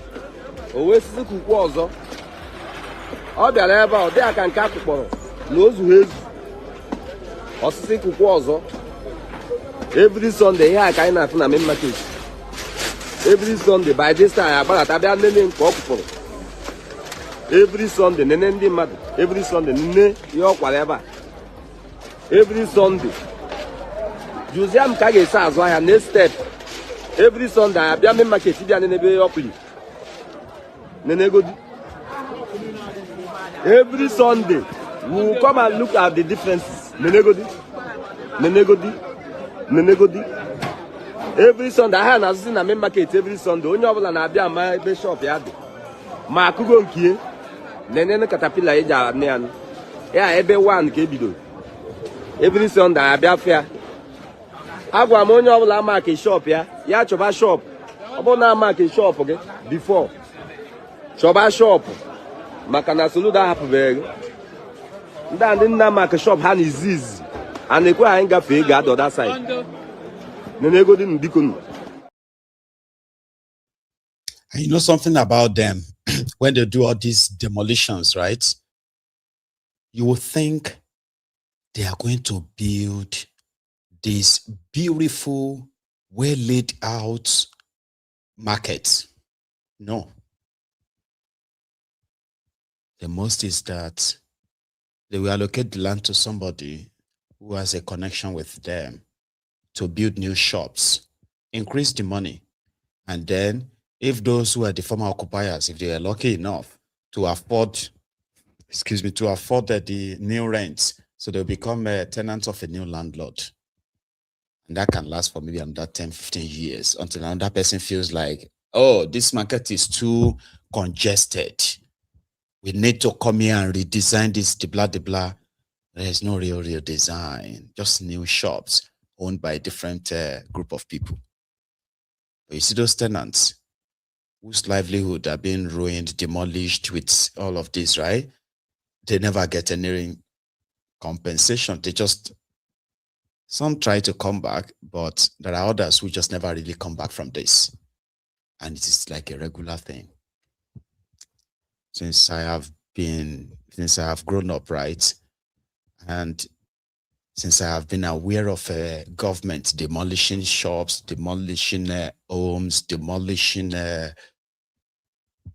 all these properties, right? To think that, oh, they want to build something more, sophisticated, something more modern. No, just same old. So somewhere at that George in Borakot, right? Policemen and a soldier were seen in a street fight. It was, this policeman wanted to arrest a soldier, right? While the audience, just spectators, came to his rescue. Then it became a spectacle. You want to see? Yeah.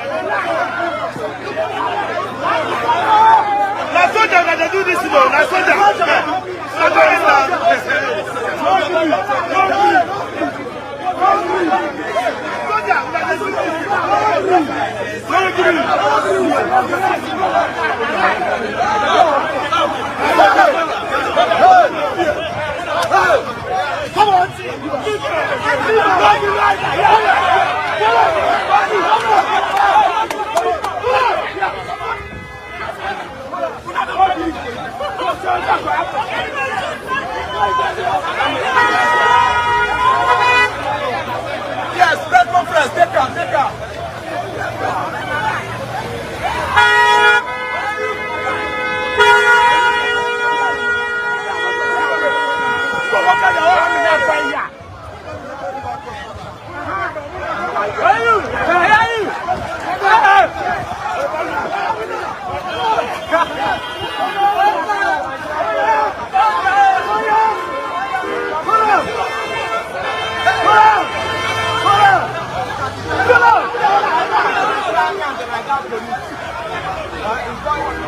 No,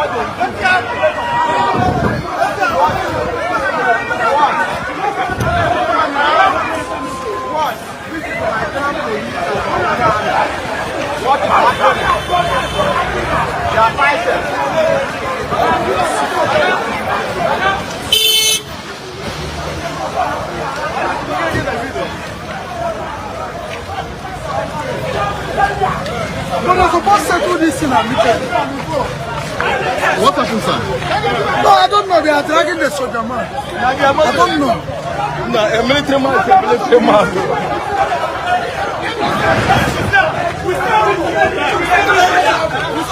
What happened? What happened? Mr. Soldier.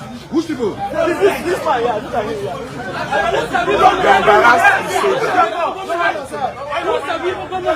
Why not peace government house? Who's have you government house? What happened here? Who's have you government house? Why not peace? Who's have you government house? Everybody wants have you government house. Why not peace? What did happen here?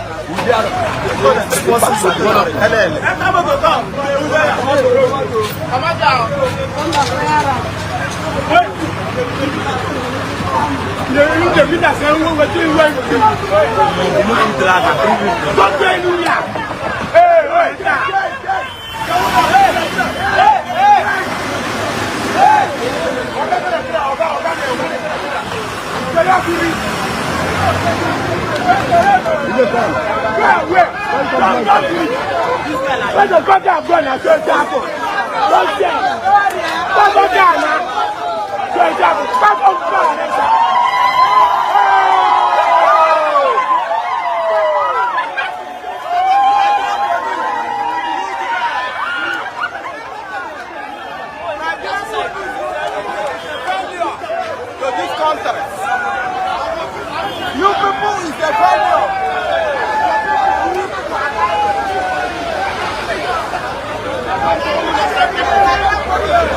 Nigeria police is a disgrace. Disgrace. Nigeria police.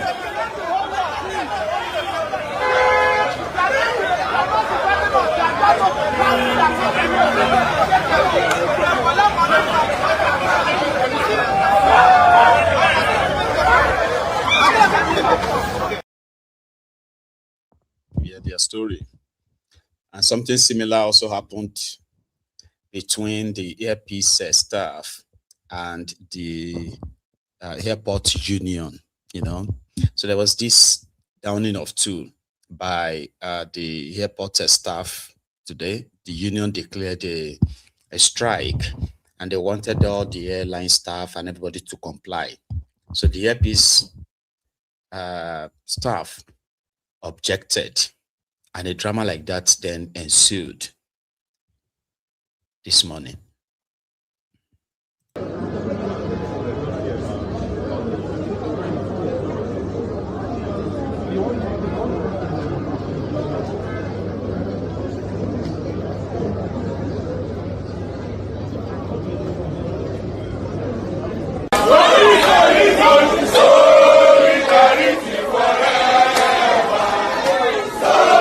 Solidarity forever.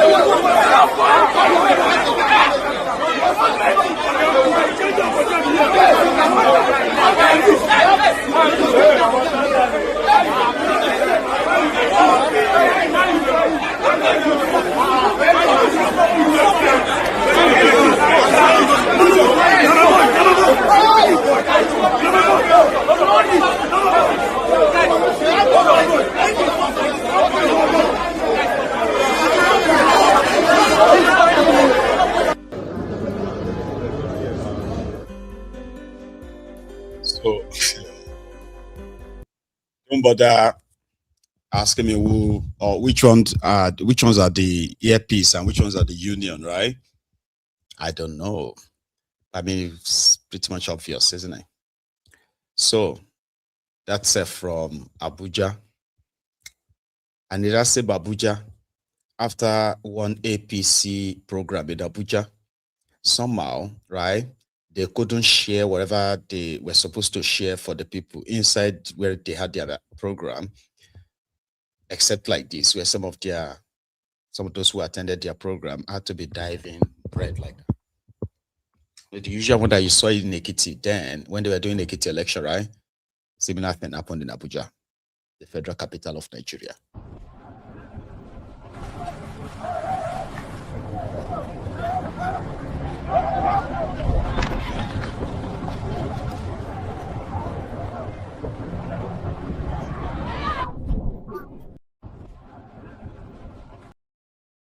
That's a sign of a working Nigeria. And if you don't agree, well, it's because you have not probably listened to the likes of Akwabioli. Things are getting better for Nigeria. Things are getting better. For Asiwaju is on the throne. Things are getting better. Things are getting better. Things are getting better. Mr. President, things are getting better. Hey, things are getting better for Nigeria. For Nigeria is on the way. Progressive government. Things are getting better. Asiwaju, congratulations. I can't believe I was actually like singing along with him. Things are getting better for Nigeria. So let's leave Nigeria and go to Calgary in Canada, where a one-man solo protest against something anti-black and racism in Calgary in Canada. Somebody's protesting though. Good day, sir. It's actually Alberta. Scratch that. Alberta. Good day, sir. Thank you, ma'am. I really support your cause. It's wonderful you're out here.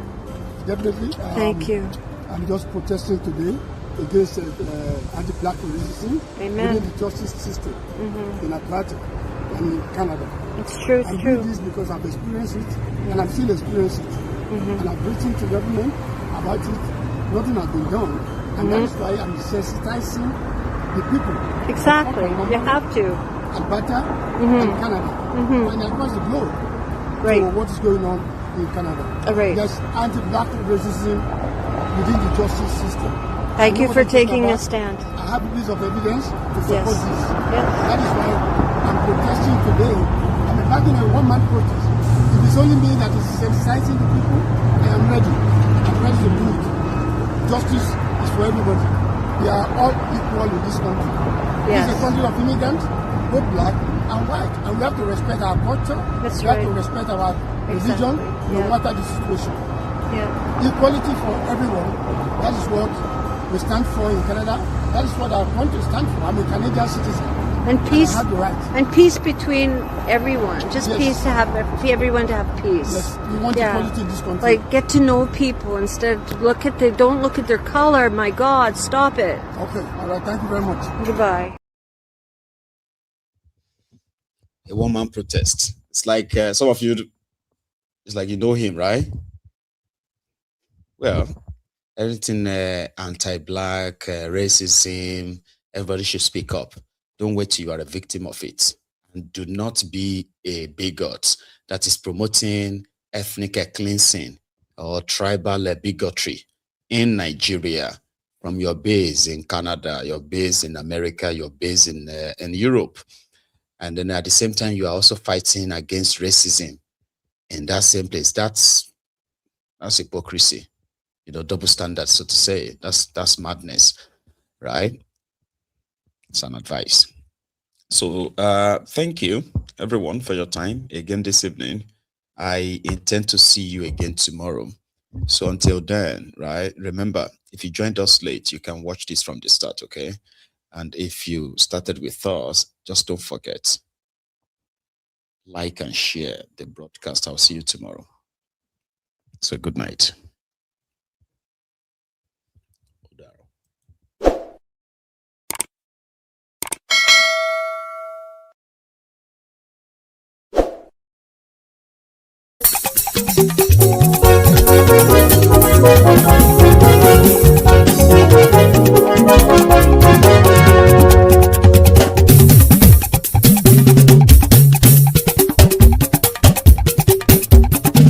Maiyegun làwa mọ̀ làmọ̀ tó dòdòdò.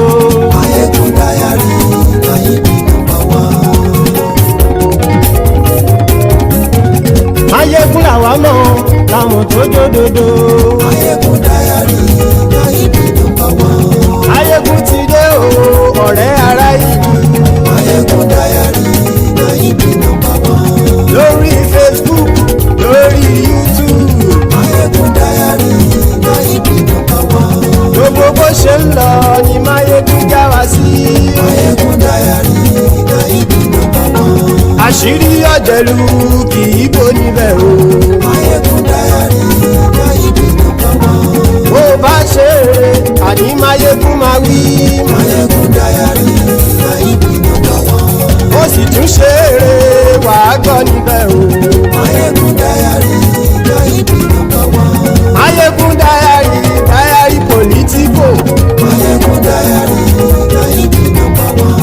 Godfatherism kò sí lọ́rọ̀ Maiyegun. Maiyegun diary Maiyegun number one. Ẹ farabalẹ̀ sẹ́ o kẹgọ́rọ̀ lẹ́nu o. Maiyegun diary Maiyegun number one. Àní Maiyegun làwa mọ̀ tó dòdòdò. Maiyegun diary Maiyegun number one.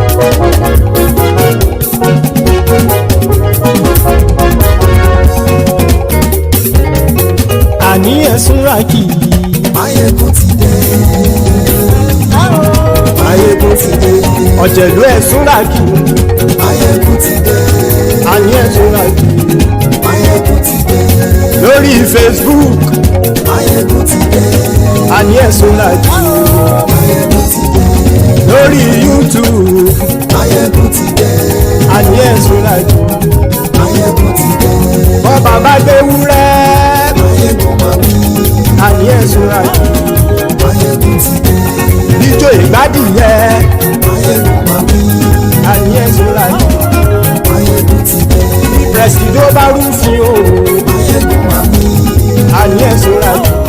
Maiyegun ti dé. Kí gómìnà kówó jẹ. Maiyegun máa wí. Àní ẹ̀sùn rákì. Maiyegun ti dé. Ọlọ́pàá ti ń darí bá. Maiyegun máa wí. Àní ẹ̀sùn rákì. Maiyegun ti dé. Aṣòfin tí ń rúfin o. Maiyegun máa wí. Àní ẹ̀sùn rákì. Maiyegun ti dé. Òpùrọ́ olóṣèlú. Maiyegun máa wí. Àní ẹ̀sùn rákì. Maiyegun ti dé. Ọ̀jẹ̀lú ẹ̀sùn rákì. Maiyegun ti dé. Àní ẹ̀sùn rákì. Maiyegun ti dé.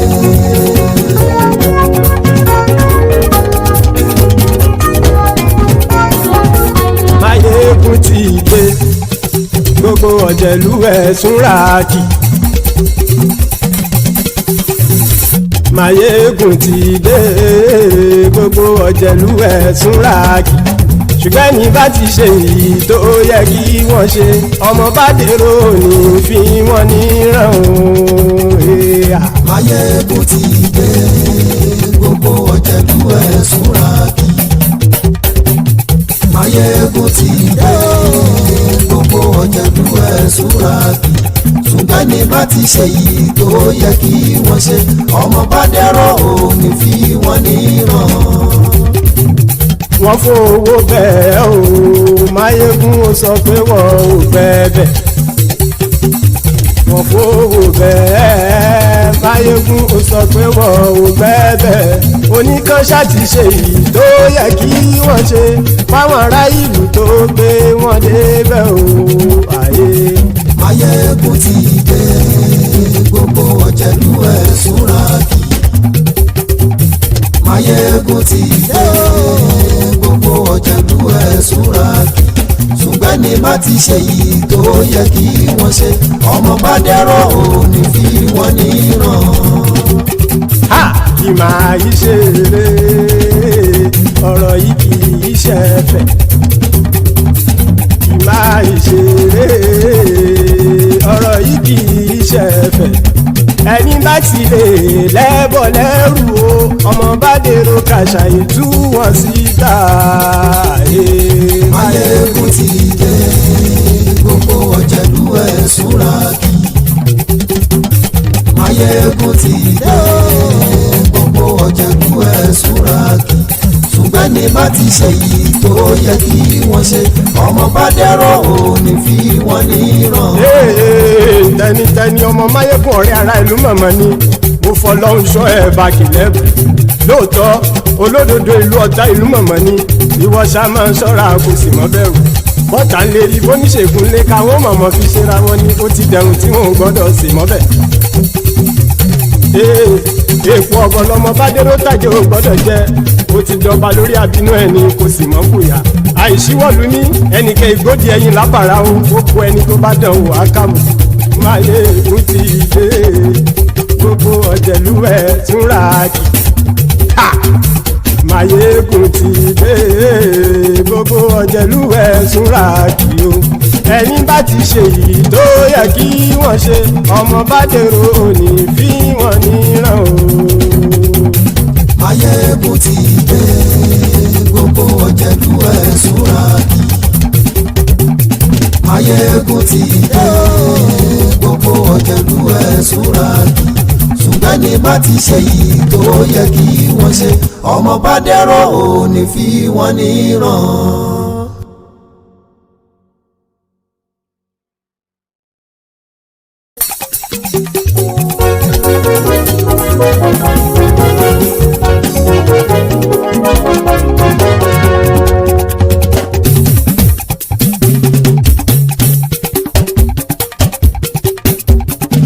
Maiyegun làwa mọ̀ làmọ̀ tó dòdòdò. Maiyegun dayari Maiyegun number one. Maiyegun làwa mọ̀ làmọ̀ tó dòdòdò. Maiyegun dayari Maiyegun number one. Maiyegun ti dé o ọ̀rẹ́ ara ìlú. Maiyegun dayari Maiyegun number one. lórí Facebook lórí YouTube. Maiyegun dayari Maiyegun number one. gbogbo bó ṣe ń lọ ni Maiyegun já wa sí. Maiyegun dayari Maiyegun number one. àṣírí ọ̀jẹ̀lú kì í bò níbẹ̀ o. Maiyegun dayari.